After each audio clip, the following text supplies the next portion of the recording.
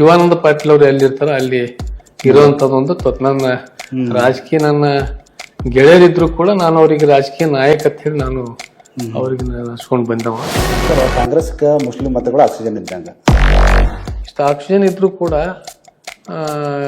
ಕಾಂಗ್ರೆಸ್ ಪಕ್ಷದಲ್ಲಿ ಸ್ವಲ್ಪ ಅಲ್ಪಸಂಖ್ಯಾತ ಕಡೆಗಣಿಸೋದು ಹೆಚ್ಚಾಗಿದೆ ಪ್ರತಿಯೊಂದು ಕ್ಷೇತ್ರದಲ್ಲಿ. MC ಮುಲ್ಲರ್ ಅವ್ರ ಸಾಮರ್ಥ್ಯ ಸರ್. ರಾಜಕಾರಣಿಗಳ ಕೈಚೀಲಿಡುವಂಥ ವ್ಯಕ್ತಿನ ಅಲ್ಲ. ಎಲ್ಲಿ ಹೋಗಿ ಅಲ್ಲಿ ಅವ್ರ ಬಾಗಿಲಿಗೆ ಗೇಟಿಗೆ ನಿಂತು ಚಾಪಲೂಸಿ ಮಾಡೋದು ಮತ್ತು ಹೋಗಿ ಬಹುಪರಾಗಿ ಮಾಡೋದು ಆ ವ್ಯಕ್ತಿ ಅದು ನನ್ನ ಬಳಿ ಮೊದಲಿಂದೇ ಬಂದಿಲ್ಲ. ಶಿವಾನಂದ ಪಾಟೀಲ್ ಸಾಹೇಬ್ರು ಮನಸ್ಸು ಮಾಡಿದ್ರೆ ತಾವು ML ಆಗ್ಬೋದು. ಶಿವಾನಂದ ಪಾಟೀಲ್ ಅವರು ಮನಸ್ಸು ಮಾಡಿದ್ರೆ ಇನ್ನೊಬ್ಬ ನಾಯಕರು ಮನಸ್ಸು ಮಾಡಬೇಕಾಗ್ತದೆ. ಈ ಹಿಂದೆ ಏನು ಅಲ್ಪಸಂಖ್ಯಾತರು ML ಆಗಿದ್ರು ಆಗ್ಬೋದು. ಇನ್ನು ಬಿಜಾಪುರ ನಗರ ಕ್ಷೇತ್ರದಿಂದ ಯಾವತ್ತೂ ಮುಸ್ಲಿಂ ಅಭ್ಯರ್ಥಿ ML ಆಗೋದಿಲ್ಲ ನಮ್ಮ ಮಾತು. ಅವ್ರಿಗೇನು ನೈತಿಕತೆ ಏನಿಲ್ಲ ಅವ್ರಿಗೆ ಏನಲ್ಲ. ಯಾಕಂದ್ರೆ ಅವರೇ ಸತ್ತ ಈ ವರ್ಷದ ಚುನಾವಣೆಯಲ್ಲಿ ಚಿಂಚೋಳಿಯಿಂದ ತರಿಸಿ ಬೋಗಸ್ ಓಟ್ ಮಾಡಿಸಿ ಇಲ್ಲಿ ಓಟ್ ಮಾಡಿಸಿ ಅವ್ರು ಏನಂತಾರೆ ಸರ್, ನಮ್ಮ ಮುಸ್ಲಿಮರ ಓಟನ ಬೇಡ ಅಂತ ಮಾತು ಸರ್. ಹಿಂದೂ ಮುಸ್ಲಿಂ ಮಾಡಿ ಬರ್ಬೇಕನ್ನೋದು ಅದೊಂದು ಇದು ಐತಿ. ಆದ್ರೂ ಆಗೋಲ್ಲ ಈ ಸಲ. ಯಾಕಂದ್ರೆ ಅವ್ರಿಗೆ ಹಂಗಿತ್ತಂದ್ರೆ ಓಟ್ ಅವ್ರು ಹೇಳ್ತಾರ ಹಿಂದೂ ಮುಸ್ಲಿಂ ನನಗೆ ಓಟ್ ಬೇಡ ಅಂತ. ಅದು ಹಂಗಿರುವುದಿಲ್ಲ. ಅದು ಈಗ ಅವರು BJP ಪಕ್ಷಕ್ಕಂತ ಹೊರಗೆ ಹಾಕ್ಯಾರ. ಈಗ ಮುಂದೆ ಪಕ್ಷೇತರಾಗಿ ನಿಂದಿರ್ಲಿಲ್ಲ ಅವ್ರು ಸಾಮರ್ಥ್ಯ. ಯಾಕಂದ್ರೆ ಗೊತ್ತಾಗ್ತಾವ ಈಗ ನಿಂತು ಆಸೆ ಬರಲಿಲ್ಲ. JCP ನಮಸ್ಕಾರ ವೀಕ್ಷಕರೇ, ಜನನಾಯಕ ವಿಶೇಷ ಕಾರ್ಯಕ್ರಮಕ್ಕೆ ಸ್ವಾಗತ. ನಾನು ಶರಣು. ಇವತ್ತಿನ ಕಾರ್ಯಕ್ರಮದಲ್ಲಿ ನಮ್ಮೊಂದಿಗಿದ್ದಂಥವ್ರು ಎಲ್ಲ ಸಮಾಜ ಜನರೊಂದಿಗೆ ಒಳ್ಳೆಯ ಒಡನಾಟ ಹೊಂದಿರುವಂಥ ಜಾತ್ಯತೀತ ನಾಯಕ, ಸೇವಾ ಮನೋಭಾವ ಉಳ್ಳಂಥವ್ರು, ದಿಟ್ಟ ಹೋರಾಟಗಾರ, ಸದಾ ಯಾವತ್ತು ಅಭಿವೃದ್ಧಿ ಬರ ಚಿಂತನೆ ಮಾಡುತ್ತಿರುವಂಥ ಜನಪರ ಜನನಾಯಕ ಇವತ್ತು ನಮ್ಮ ಜೊತೆ ನಮ್ಮ ಕಾರ್ಯಕ್ರಮದಲ್ಲಿದ್ದಾರೆ. ಬನ್ನಿ ಅವ್ರು ಮಾತನಾಡಿಸ್ಕೊಂಡು ಬರೋಣ. ಸರ್ ನಮಸ್ಕಾರ, ನಮ್ಮ ಕಾರ್ಯಕ್ರಮ ತಮಗೆ ಸ್ವಾಗತ. ನಮಸ್ಕಾರ ಸರ್. ಮೊದಲಿಗಾಗಿ ನಮ್ಮ ವೀಕ್ಷಕರಿಗೆ ತಮ್ಮ ಪರಿಚಯ. ನಾನು MC ಮುಲ್ಲಾ, ಕರ್ನಾಟಕ ರಕ್ಷಣಾ ವೇದಿಕೆಯ ಜಿಲ್ಲಾಧ್ಯಕ್ಷ ಹಾಗೂ ವಿಜಯಪುರ ಜಿಲ್ಲಾ ಸಹಕಾರಿ ಯೂನಿಯನ್ನ ಅಧ್ಯಕ್ಷ ಜಿಲ್ಲಾ. ಸರ್, ತಮ್ಮ ಹುಟ್ಟೂರಿನ ಬಗ್ಗೆ ತಮ್ಮ ಮಾತೇನು ಸರ್? ತಮ್ಮ ಹುಟ್ಟೂರಿನ ಬಗ್ಗೆ ತಮ್ಮ ಮಾತು. ನಾನು ಇಲ್ಲಿ ವಿಜಯಪುರದ 15 ಕಿಲೋಮೀಟರ್ ಇರುವಂಥ ದ್ಯಾವೇರಿ ನನ್ನ ಸ್ವಗ್ರಾಮ, ವಿಜಯಪುರ ತಾಲೂಕು. ಅಲ್ಲಿ ನಾನು ಮೊಟ್ಟ ಮೊದಲಿಗೆ ನನ್ನ ಶಿಕ್ಷಣ ವಿಜಯಪುರ ನಗರದಲ್ಲಿ ಆಗಿದೆ. ಪ್ರೌಢಶಾಲೆ ಶಿವಣಗಿ SR ಮರಿಮಠ್ ಹೈಸ್ಕೂಲ್ನಲ್ಲಿ ಅಲ್ಲಿ ಇದಾಗಿದೆ. ಯಾಕಂದರೆ ಅಲ್ಲಿ ನಮ್ಮ ತಂದೆಯವರು ಭಾಳ ದಿವಸದಿಂದ ಅಲ್ಲಿ ಪ್ರಾಥಮಿಕ ಶಿಕ್ಷಕರಾಗಿ ಸೇವೆ ಸಲ್ಲಿಸಿದ್ರಿಂದ ಅಲ್ಲಿ ನಂದು ಅರ್ಧ ಪ್ರಾಥಮಿಕ ಮತ್ತು ಉಳಿದ ಪ್ರೌಢಶಾಲೆ 3 ವರ್ಷ ಅಲ್ಲಿ ಮುಗಿಸ್ಕೊಂಡು ವಿಜಯಪುರಕ್ಕೆ ಮತ್ತು ನಗರಕ್ಕೆ ಬಂದು PUC ಮತ್ತು ಡಿಪ್ಲೊಮಾ ಇನ್ ಆರ್ಕಿಟೆಕ್ಚರ್ ಒಳಗೆ ನಾನು ಇಲ್ಲಿ ಕೋರ್ಸ್ ಮಾಡಿಕೊಂಡು ಮುಂದೆ ಇನ್ನೂ ನಾನು ಕಾಲೇಜ್ ಇಲ್ಲಿ ಇದ್ದಾಗೆ ಕೂಡ ಅವಾಗೆ ನಾನು ಒಂದು ಸಾಮಾಜಿಕ ಒಂದು ರಾಜಕೀಯ ಕ್ಷೇತ್ರದಲ್ಲಿ ಬಂದೆ. ಮೊಟ್ಟ ಮೊದಲಿಗೆ ನಂದು ಸಮಾಜದ ಸೇವೆ ಮತ್ತು ಸಾಮಾಜಿಕ ಕಾರ್ಯಕ್ಕೆ ಮೊಟ್ಟ ಮೊದಲಿಗೆ ನಾನು ನನ್ನ ಸ್ವಗ್ರಾಮ ದ್ಯಾಬೇರಿಯಲ್ಲಿ ಹೈಸ್ಕೂಲ್ ಮಟ್ಟದಲ್ಲಿ ಇದ್ದಾಗ ಕೂಡ ನಾನು ನನ್ನ ಗ್ರಾಮ ಜೊತೆ ನನ್ನ ಯುವಕ ಸ್ನೇಹಿತರ ಜೊತೆ ನನ್ನ ಒಡನಾಟ ನನ್ನ ಸ್ವಗ್ರಾಮ ದ್ಯಾಬೇರಿಯಲ್ಲಿ ಇತ್ತು. ಅದ್ರ ಜೊತೆಗೆ ಮೊಟ್ಟ ಮೊದಲಿಗೆ ನಾನು ಸ್ವಾಮಿ ವಿವೇಕಾನಂದ ಯುವಕ ಸಂಘ ಅಂತ ಹೇಳಿ ಒಂದು ಸ್ಥಾಪನೆ ಮಾಡಿ ಅದರ ಅಧ್ಯಕ್ಷನಾಗಿ ಬಹಳಷ್ಟು ವರ್ಷದಿಂದ ಸೇವೆ ಸಲ್ಲಿಸಿ ಮುಂದೆ ಕಾಲೇಜ್ ಇರುವಾಗೆ ಒಂದು ರಾಜಕೀಯ ಪಕ್ಷದಲ್ಲಿ ಜನತಾದಳ, ಅವಾಗ ನಮ್ಮ SM ಗುರಡ್ಡಿ ಅಂತ ಹೇಳಿ ಮಾಜಿ ಸಂಸದರು ಮತ್ತು ಜಿಲ್ಲಾ ಜನತಾದಳದ ಅಧ್ಯಕ್ಷರು ಅಖಂಡ ಜಿಲ್ಲೆ ಇದ್ದಾಗ TCS ಬ್ಯಾಂಕಿನ ಅಧ್ಯಕ್ಷ ಕೂಡ ಇದ್ರು. ಅವರ ಒಂದು ರಾಜಕೀಯ ನನ್ನ ಗುರು ಅವರು SM ಗುರಡ್ಡಿ ಅವರು, ದಿವಂಗತ SM ಗುರಡ್ಡಿ ಅವರು ಸಂಸದರಾಗಿ DCS ಬ್ಯಾಂಕಿನ ಅಧ್ಯಕ್ಷರಾಗಿದ್ದರು ಮತ್ತು ಅಖಂಡ ಜಿಲ್ಲೆಯ ಜನತಾದ ಅಧ್ಯಕ್ಷ ಕೂಡ ಆಗಿದ್ದರು. ಅವರ ಒಂದು ಮಾರ್ಗದರ್ಶನದಲ್ಲಿ ನಾನು ಜನತಾದಳದಲ್ಲಿ ಬಂದು ಅಲ್ಲಿ ಸಾಕಷ್ಟು ಇದು ರಾಜಕೀಯ ಒಂದು ಹೋರಾಟ ಆಗಲಿ ರಾಜಕೀಯ ಕ್ಷೇತ್ರದಲ್ಲಿ ಕೆಲಸ ಮಾಡಿದ್ದೆ. ಅದ್ರ ಜೊತೆಗೆ ನನಗೆ ಮೊಟ್ಟ ಮೊದಲಿಗೆ ರಾಜಕೀಯದಲ್ಲಿ ತಾಲೂಕಾ ಪಂಚಾಯತಿ 1995ರಲ್ಲಿ ನಾನು ತಾಲೂಕು ಪಂಚಾಯತಿ ಅಲಿಯಾಬಾದ್ ಕ್ಷೇತ್ರ ಅಂದರೆ ನನ್ನ ಸ್ವಗ್ರಾಮ ಕೂಡ ಅದರಲ್ಲಿ ಆ ಕ್ಷೇತ್ರದಲ್ಲಿ ಮತಕ್ಷೇತ್ರದಲ್ಲಿ ಬರೋದ್ರಿಂದ ಅಲ್ಲಿಂದ ನಾನು 1995ರಲ್ಲಿ ಚುನಾವಣೆಗೆ ಆಯ್ಕೆ ಆಗಿದ್ದೆ ತಾಲೂಕ್ ಪಂಚಾಯತ್ ಸದಸ್ಯನಾಗಿ. ಅದಾದ ತಕ್ಷಣ ಈಗಿನ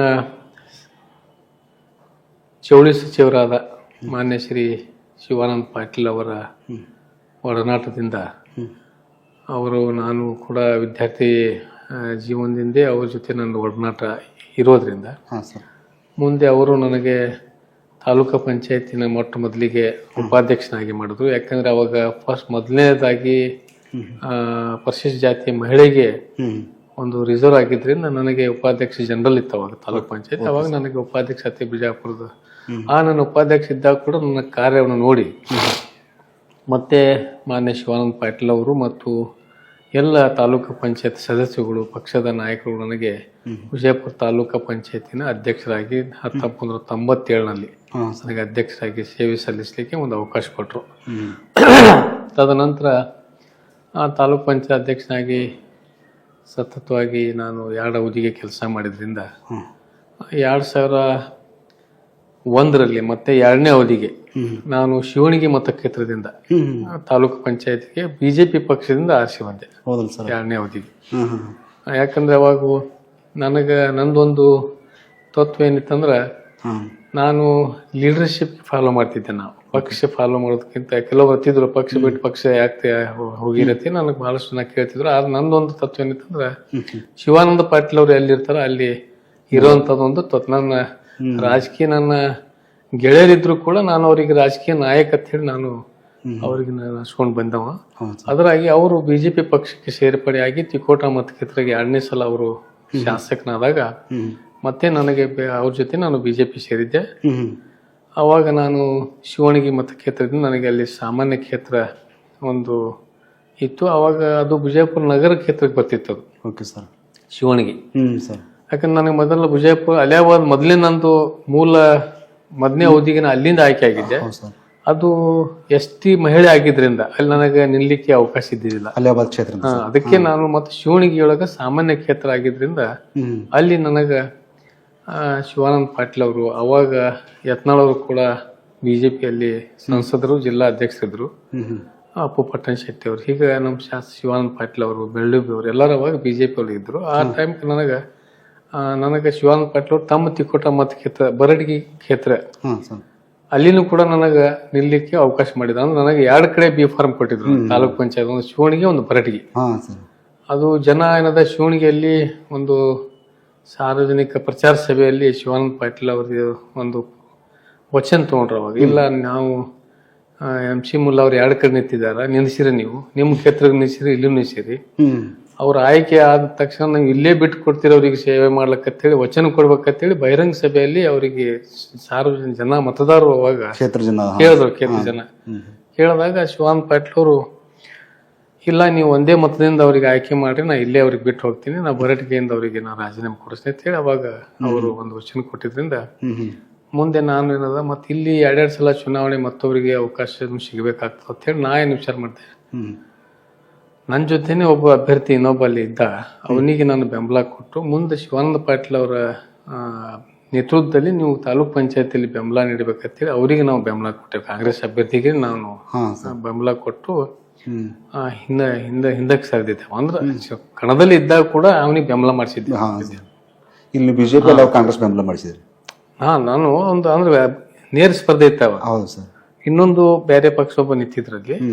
ಆದ್ರಿಂದ ಒಬ್ಬ ಅಲ್ಲಿ ಅವ್ರಿಗೆ ನಾನು ಒಂದು ರಾಜಕೀಯವಾಗಿ ಹೇಳಿ ಇಲ್ಲ ಮತ್ ನಾವು ಅಲ್ಲಿ ಜನರಿಗೆ ಮತ್ತೆ 2ನೇ ಸಲ ಅಲ್ಲಿ ಚುನಾವಣೆ ಮಾಡಬೇಕು ಮತ್ತದು ವಿಚಾರ ಇದು ಆಗ್ತದೆ ಹೇಳ್ಕೊಂಡು ನಾವು ಏನ್ ಮಾಡಿದ್ವಿ, ಅಲ್ಲಿ ನಾವೊಂದು ಬಿಟ್ಟು ಅನಿವಾರ್ಯ ಆಗಿ ಶಿವಣಿಗೆ ನಾವು ವಚನ ಕೊಟ್ಟಿದ್ರು ಅದಕ್ಕೆ ಅಲ್ಲಿ ಬರ್ಬೇಕು. ಅವಾಗ ಜನ ಶಿವಣಿಗೆ ನನಗೆ ಬಹಳ ಬಹುಮತದಿಂದ ಅಲ್ಲಿ ನನಗೆ ಆಯ್ಕೆ ಮಾಡಿದ್ರು. ಮುಂದೆ ಬಿಜೆಪಿಯಲ್ಲಿ ಅಲ್ಲಿ ಮುಂದೆ ತಾಲೂಕ್ ಪಂಚಾಯತಿಯಲ್ಲಿ ಕಾಂಗ್ರೆಸ್ ಸರ್ಕಾರ ಇತ್ತು ಅವಾಗ. SM ಕೃಷ್ಣ ಅವರು CM ಇದ್ದಾಗ ಶಿವಾನಂದ ಪಾಟೀಲ್ ಅವರು ವಿರೋಧ ಪಕ್ಷ ಒಳಗಿದ್ರು ಬಿಜೆಪಿಯಲ್ಲಿ.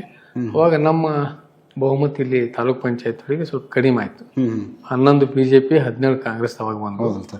ಅವಾಗ ನನಗೇನದ ವಿರೋಧ ಪಕ್ಷ ನಾಯಕರಾಗಿ ತಾಲೂಕ್ ಪಂಚಾಯತಿಯಲ್ಲಿ ಅವಕಾಶ ಮಾಡಿದ್ರು ಅವಾಗ 2ನೇ ಅವಧಿಗೆ. ಅವಾಗ ಈಗೇನದ ಮುಂದೆ ಅದೇ ರೀತಿ ರಾಜಕೀಯವಾಗಿ ಮುಂದೆ ಬಂದ್ರು. ಮತ್ತೆ ಆ ಶಿವಾನಂದ ಪಾಟೀಲ್ ಸಾಹೇಬರು 2ನೇ ಮೂರನೇ ಅವಧಿಗೆ ಏನು ಬಾಗೇವಾಡಿ ಮತಕ್ಷೇತ್ರಕ್ಕೆ ಹೋಗಿದ್ರಿಂದ ನಮಗೆ ಕೆಲವೊಂದು ಸ್ವಲ್ಪ ರಾಜಕೀಯ ಹಿನ್ನಡೆ ನನಗೆ ಆಯ್ತು. ಬಹಳಷ್ಟು ಶಿವಾನಂದ ಪಾಟೀಲ್ ಅವರ ಅನ್ಯಾಯಿಗಳಿಗೆ ಇಲ್ಲಿ ರಾಜಕೀಯವಾಗಿ ಏನು ಜನ ಇದ್ರು ಅವ್ರಿಗೆ ಸ್ವಲ್ಪ ಹಿನ್ನಡೆ ಆಯ್ತು. ಯಾಕಂದ್ರೆ ನಮ್ಮ ಕ್ಷೇತ್ರ ಬದಲಾವಣೆ ಆದ್ರಿಂದ ಅಲ್ಲಿಯ ಕಾರ್ಯಕರ್ತರಿಗೆ ಪ್ರಾಶಸ್ತ್ಯ ನೀಡಬೇಕಾಗ್ತದ. ಅದಕ್ಕಾಗಿ ಕೆಲವೊಂದು ಸಂದರ್ಭದಲ್ಲಿ ನಮಗೂ ಸ್ವಲ್ಪ ರಾಜಕೀಯವಾಗಿ ಹಿನ್ನಡೆ ಆಯ್ತು. ಮುಂದೆ ಆದರೂ ಕೂಡ ನಾವು ಶಿವಾನಂದ ಪಾಟೀಲ್ ಅವರ ಮಾರ್ಗದರ್ಶನದಲ್ಲಿ ಅವರ ನೇತೃತ್ವದಲ್ಲಿ ಈ ರಾಜಕೀಯ ಜೀವನದಲ್ಲಿ ನಾವು ಮುಂದುವರಿಸ್ಕೊತ ಬಂದಿದ್ದೇವೆ. ಇವತ್ತು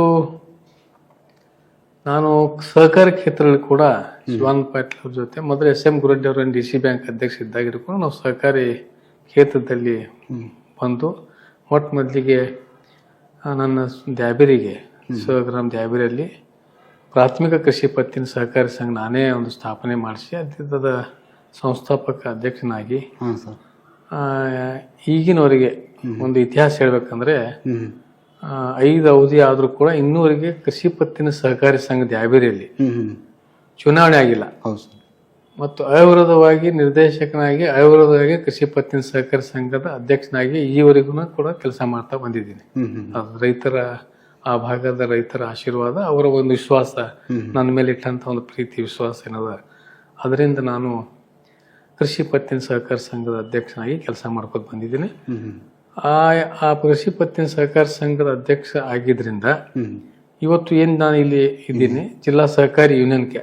ಇಲ್ಲಿ ಏನಿತ್ತು ಅಂದ್ರೆ ವಿಜಯಪುರ ಈ ಕ್ಷೇತ್ರ ಇದು ಒಂದು ಯಾವ ರೀತಿ DC ಬ್ಯಾಂಕ್ ಕ್ಷೇತ್ರ ಇರ್ತಾವ ಅದೇ ರೀತಿ ಇದು ಒಂದು ಮಾತ್ರ ಸಂಸ್ಥೆ. ಇದು ಜಿಲ್ಲೆಯ ಮದರ್ ಆಫ್ ಕೋಆಪರೇಟಿವ್ ಇನ್ಸ್ಟಿಟ್ಯೂಷನ್ ಅಂದ್ರೆ ಇದು ನಮ್ದು ಜಿಲ್ಲಾ ಸಹಕಾರಿ ಯೂನಿಯನ್ ವಿಜಯಪುರ. ಇಲ್ಲಿ ಏನದ ಬೇರೆ ಬೇರೆ ಕ್ಷೇತ್ರದಲ್ಲಿ ಇಲ್ಲಿ ಆಯ್ಕೆಯಾಗಿ ನಿರ್ದೇಶಕರಾಗ್ತಾರೆ. ಕೃಷಿ ಪತ್ತಿನ ಸಹಕಾರಿ ಸಂಘದ ಒಂದೊಂದು ತಾಲೂಕಿನ ಒಂದೊಂದು ಪ್ರತಿನಿಧಿ, 5 ತಾಲೂಕಿ ಅಖಂಡ 5 ತಾಲೂಕಿನ 5 ಪ್ರತಿನಿಧಿ ಇಲ್ಲಿ ನಿರ್ದೇಶಕರಾಗ್ತಾರೆ. ಕೆಲವೊಬ್ರು ಅವಿರೋಧ ಬಂದಿರ್ತಾರ, ಕೆಲವರು ಚುನಾವಣೆ ಮುಖಾಂತರ ಆಯ್ಕೆಯಾಗಿ ಬರ್ತಾರೆ. ಅದರ ಜೊತೆಗೆ ಇನ್ನೊಂದಂದ್ರೆ PLD ಬ್ಯಾಂಕಿಂದ ಇಡೀ ಜಿಲ್ಲೆಯ PLD ಬ್ಯಾಂಕ್ ವತಿಯಿಂದ ಒಬ್ಬ ನಿರ್ದೇಶಕರು ಆಯ್ಕೆ ಆಗ್ತಾರೆ. ಇನ್ನೊಂದೇನಂದ್ರೆ ಅರ್ಬನ್ ಬ್ಯಾಂಕ್ ಇಡೀ ಜಿಲ್ಲೆಯ ಏನು ಅರ್ಬನ್ ಬ್ಯಾಂಕಿನ ಅದಾವ ಎಲ್ಲ. ಈಗ ಸಿದ್ದೇಶ್ವರ ಬ್ಯಾಂಕ್ ಹೆಂಗಿದೆ, ಬಸವೇಶ್ವರ ಬ್ಯಾಂಕ್ ಬಾಗೇವಾಡಿ, ಇಲ್ಲಿ ನಮ್ದು ಸಿಂದಗಿಯಲ್ಲಿ ನಮ್ಮ ಅಲ್ಲೊಂದು ಇಂಥ ಅರ್ಬನ್ ಬ್ಯಾಂಕ್ ಇದೆ, ಬಸವೇಶ್ವರ ಬ್ಯಾಂಕ್ ಇದೆ. ಈಗ ಬಹಳಷ್ಟು ಎಲ್ಲಿ ಎಷ್ಟು ವಿಜಯಪುರ ಜಿಲ್ಲೆಯ ಒಳಗ ಅರ್ಬನ್ ಬ್ಯಾಂಕ್ ದಿಂದ ಒಬ್ರು ನಿರ್ದೇಶಕರು ಬರ್ತಾರೆ. ಮೊದಲ ಹಿಂದೆ 2 ಅವಧಿಯಿಂದ ಅಶೋಕ್ ಮನಗೋಳರಿದ್ರು. ಈಗ ನಮ್ಮ ಹರ್ಷಿಗೌಡ ಪಾಟೀಲ್ ಅರ್ಬನ್ ಕ್ಷೇತ್ರ ಬರ್ತಾರೆ.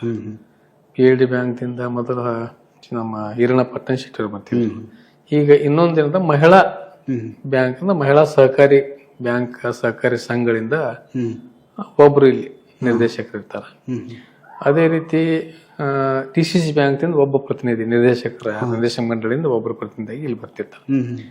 ಮತ್ತು ಇತರ ಸಹಕಾರಿ ಸಂಘ ಸಂಸ್ಥೆಗಳು ಅಂದ್ರೆ ಅದರಲ್ಲಿ ಹಾಲಿಂದು ಬತ್ತು, ಕನ್ಸ್ಯೂಮರ್ ಬತ್ತು, ಇನ್ನಿತರ ಸಂಘ ಸಂಸ್ಥೆ, ಮೀನುಗಾರಿಕೆ ಸಂಘ, ಇಂಥ ಒಂದ್ರ ಎಲ್ಲರಿಂದ ಒಬ್ರು ಬರ್ತಾರೆ. ಅದ್ರ ಜೊತೆಗೆ ಇನ್ನೊಂದು ಏನದ ಕ್ರೆಡಿಟ್ ಸೊಸೈಟಿಗಳು ಇದಾವ ಜಿಲ್ಲೆಯ ಕ್ರೆಡಿಟ್ ಈಗ ಅದಾವಲ್ಲ ಕ್ರೆಡಿಟ್ ಸೊಸೈಟಿಗಳು ಸಂಘ ಅದರಿಂದ ಒಬ್ಬ ಪ್ರತಿನಿಧಿ ಇಲ್ಲಿ. ಈ ರೀತಿ 12-13 ನಿರ್ದೇಶ ಆಯ್ಕೆ ಆಗ್ತಾರೆ. ಅದೇ ರೀತಿ ನಾನು ಬಿಜಾಪುರ ತಾಲೂಕಿನಿಂದ ಕೃಷಿ ಪತ್ತಿನ ಸಹಕಾರ ಸಂಘದಿಂದ 3ನೇ ಅವಧಿಗೆ ನಾನು ಇಲ್ಲಿ ಆಯ್ಕೆಯಾಗಿ ಬಂದಿದ್ದೀನಿ. 2 ಸಲ ಮೊನ್ನೆ ಅವರದಾಗಿದೆ, ಈ ಸಲ ಮೊನ್ನೆ ಚುನಾವಣೆ ಆಯ್ತು. ಚುನಾವಣೆ ಆಗಿದ್ರಿಂದ ಈಕ್ವಲ್ ಆಗಿತ್ತು. ಈಕ್ವಲ್ ಆದ ನಂತರ ಒಂದು ಚೀಟಿಯಿಂದ ಮತ್ತೆ ನಾನು ಆಯ್ಕೆಯಾಗಿ ಮಾನ್ಯ ಶಿವಾನಂದ ಪಾಟೀಲ್ ಅವರು ಈ ನನ್ನ ಸಹಕಾರ ಕ್ಷೇತ್ರದಲ್ಲಿ ಸೇವೆಯನ್ನು ನೋಡಿಕೊಂಡ್ರು. ಅದಕ್ಕೆ ನನಗೆ ಒಂದು ಅಧ್ಯಕ್ಷ ಆಗಲಿಕ್ಕೆ ಈ ಸಲ ಎಲ್ಲ ನಿರ್ದೇಶಕರು ಮತ್ತು ಶಾಸಕರಾದ ನಮ್ಮ ಸಚಿವರಾದ ಶಿವಾನಂದ ಪಾಟೀಲ್ ಅವರು ನನಗೆ ಒಂದು ಮತ್ತು ಜಿಲ್ಲಾ ಸಹಕಾರಿ ಯೂನಿಯನ್ ಅಧ್ಯಕ್ಷ ಮಾಡಿದರು. ಅದರ ಪ್ರಯುಕ್ತ ಇವತ್ತು ಜಿಲ್ಲೆಯ ಸಹಕಾರಿ ಯೂನಿಯನ್ ವತಿಯಿಂದ ಸಹಕಾರ ಸಂಘಗಳಿಗೆ ನಮ್ಮ ಏನು ಕರ್ನಾಟಕ ಸಹಕಾರಿ ಮಹಾಮಂಡಳ ವತಿಯಿಂದ ನಮಗೆ ಏನೇನು ತರಬೇತಿ ಕೊಡ್ಲಿಕ್ಕೆ ಏನು ಇದು ಕೊಟ್ಟಿರ್ತಾರ, ಪ್ರತಿ ವರ್ಷ ಎಲ್ಲ ಸಂಘ ಸಂಸ್ಥೆಗಳಿಗೆ ಸಹಕಾರ ಸಂಘ ಸಂಸ್ಥೆಗಳಿಗೆ ಇಲ್ಲಿ ಮಾಹಿತಿ ಕೊಡೋದಾಗ್ಲಿ, ತರಬೇತಿ ಸಿಬ್ಬಂದಿಗಳಿಗೆ, ಆಡಳಿತ ಮಂಡಳಿಗೆ, ಹಿಂಗೆಲ್ಲ ಎಲ್ಲರಿಗೂ ಯಾವ್ಯಾವ ಅವರಿಗೆ ಸಮಸ್ಯೆಗಳು ಅದಾವ, ಏನು ಮಾಹಿತಿ ನೀಡಬೇಕು ಅವರಿಗೆ. ಇದು ಹಣಕಾಸಿನ ಅಕೌಂಟ್ಸ್ ಆಗಲಿ ಅಥವಾ ಆಡಳಿತಾತ್ಮಕ ಇದು ಆಗಲಿ, ಕಾನೂನು ತಿದ್ದುಪಡಿ ಇದ್ರ ಬಗ್ಗೆ ಆಗಲಿ, ಇಂಥ ಅಥವಾ GST ಬಗ್ಗೆ ಆಗಲಿ, ಇಂಥ ಹಲವಾರು ವಿಷಯಗಳ ಬಗ್ಗೆ ಇಟ್ಕೊಂಡು ಒಳ್ಳೆಯ ಎಕ್ಸ್ಪರ್ಟ್ಸ್ ಕರೀತಾವ. ಅವರಿಗೆ ನಮ್ಮಿಂದ ಏನದ ನಾವು ತರಬೇತಿ ನೀಡ್ತಿದ್ದೆವು ಜಿಲ್ಲಾ ಸಹಕಾರ. ಇದಕ್ಕೇನದ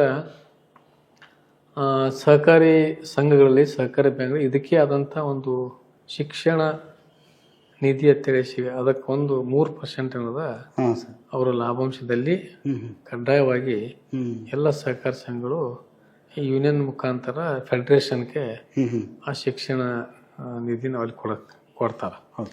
ಆ ಶಿಕ್ಷಣ ನಿಧಿಯೊಳಗೆ ಸಾಕಷ್ಟು ಎಲ್ಲ ಸಹಕಾರಿ ಚಳವಳಿ, ಸಹಕಾರಿ ತರಬೇತಿಗಳು ಆಗಲಿ ಅಥವಾ ಇನ್ನಿತರ ಎಲ್ಲ ಸಹಕಾರ ರಂಗದಲ್ಲಿ ವಿವಿಧ ಕ್ಷೇತ್ರದಲ್ಲಿ ಏನೇನು ಕಾರ್ಯಕ್ರಮಗಳು ಮಾಡಬೇಕಾಗ್ತದೆ ಅವೆಲ್ಲವನ್ನು ನಮ್ಮ ಸಹಕಾರಿ ಯೂನಿಯನ್ದಿಂದ ನಡೀತಾವ.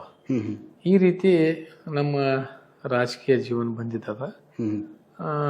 ಇದ್ರ ಜೊತೆಗೆ ನಾನು ಈಗ 18 ವರ್ಷದಿಂದ ಕರ್ನಾಟಕ ರಕ್ಷಣಾ ವೇದಿಕೆಯ ಜಿಲ್ಲಾ ಅಧ್ಯಕ್ಷನಾಗಿ ಕೆಲಸ ಮಾಡ್ತಾ ಬಂದೆ. ಕನ್ನಡ ನಾಡ ನುಡಿ, ಭಾಷೆ, ಜಲ ಈ ರೀತಿ ಎಲ್ಲ ನಮ್ಮ ರಾಜ್ಯಾಧ್ಯಕ್ಷ ಆದ TN ನಾರಾಯಣಗೌಡರ ನೇತೃತ್ವದಲ್ಲಿ ಈ ವಿಜಯಪುರ ಜಿಲ್ಲೆಯಲ್ಲಿ ನಾವು ಸಾಕಷ್ಟು ಹೋರಾಟಗಳು ಮಾಡಿದ್ದೇವೆ. ಈ ಹೋರಾಟದ ಏನೇನು ಹೋರಾಟ ಮಾಡುವಾಗ ಕೆಲವು ಜೈಲಿಗೆ ಹೋಗುವಂತ ಪರಿಸ್ಥಿತಿನೂ ಬಂದಿದೆ. ನಾನು ವಿಜಯಪುರ ಜಿಲ್ಲೆ 3 ಸಲ ದರ್ಗಾ ಜೈಲಿಗೆ 3 ದಿವಸ 1 ವಾರ ಹೋಗಿ ಬಂದಿದ್ದೇವೆ ನಮ್ಮ ಕಾರ್ಯಕರ್ತರ ಜೊತೆ, ಪದಾಧಿಕಾರಿಗಳ ಜೊತೆ. ಮೊನ್ನೆ ಹೋದ ವರ್ಷ ಕೂಡ ಏನು ನಾಮಫಲಕದಲ್ಲಿ 60% ಕಡ್ಡಾಯವಾಗಿ ಕನ್ನಡ ಭಾಷೆಯಲ್ಲಿ ಇರ್ಬೇಕಂತ ಹೇಳಿ ಒಂದು ಸುಗ್ರೀವಾಜ್ಞೆ ಸರ್ಕಾರದಿಂದ ಒಂದು ಮಾಡಿದ್ರು. ಅದು ನಮ್ಮ ಹೋರಾಟದ ಪ್ರತಿಫಲ. ನಮ್ಮ ಕರ್ನಾಟಕ ರಕ್ಷಣಾ ವೇದಿಕೆ ರಾಜ್ಯಾಧ್ಯಕ್ಷ TN ನಾರಾಯಣಗೌಡರು ಬೆಂಗಳೂರಿನಲ್ಲಿ ಒಂದು ಐತಿಹಾಸಿಕ ಹೋರಾಟ ಮಾಡಿದ್ರು. ಆ ಹೋರಾಟದಿಂದ ಕೆಲವೊಂದು ಘಟನೆಗಳು ಆಗ್ತಾವೆ, ಅದು ಸ್ವಾಭಾವಿಕ. ಹೋರಾಟ ಮಾಡುವಾಗ ಅಂತ ಸಂದರ್ಭ ಬಂದಾಗ ಸರ್ಕಾರಕ್ಕೆ ಅನಿವಾರ್ಯ ಇರ್ತದೆ, ಕೆಲವೊಬ್ಬರಿಗೆ ಪೊಲೀಸರಿಗೆ ಕೆಲವೊಂದು.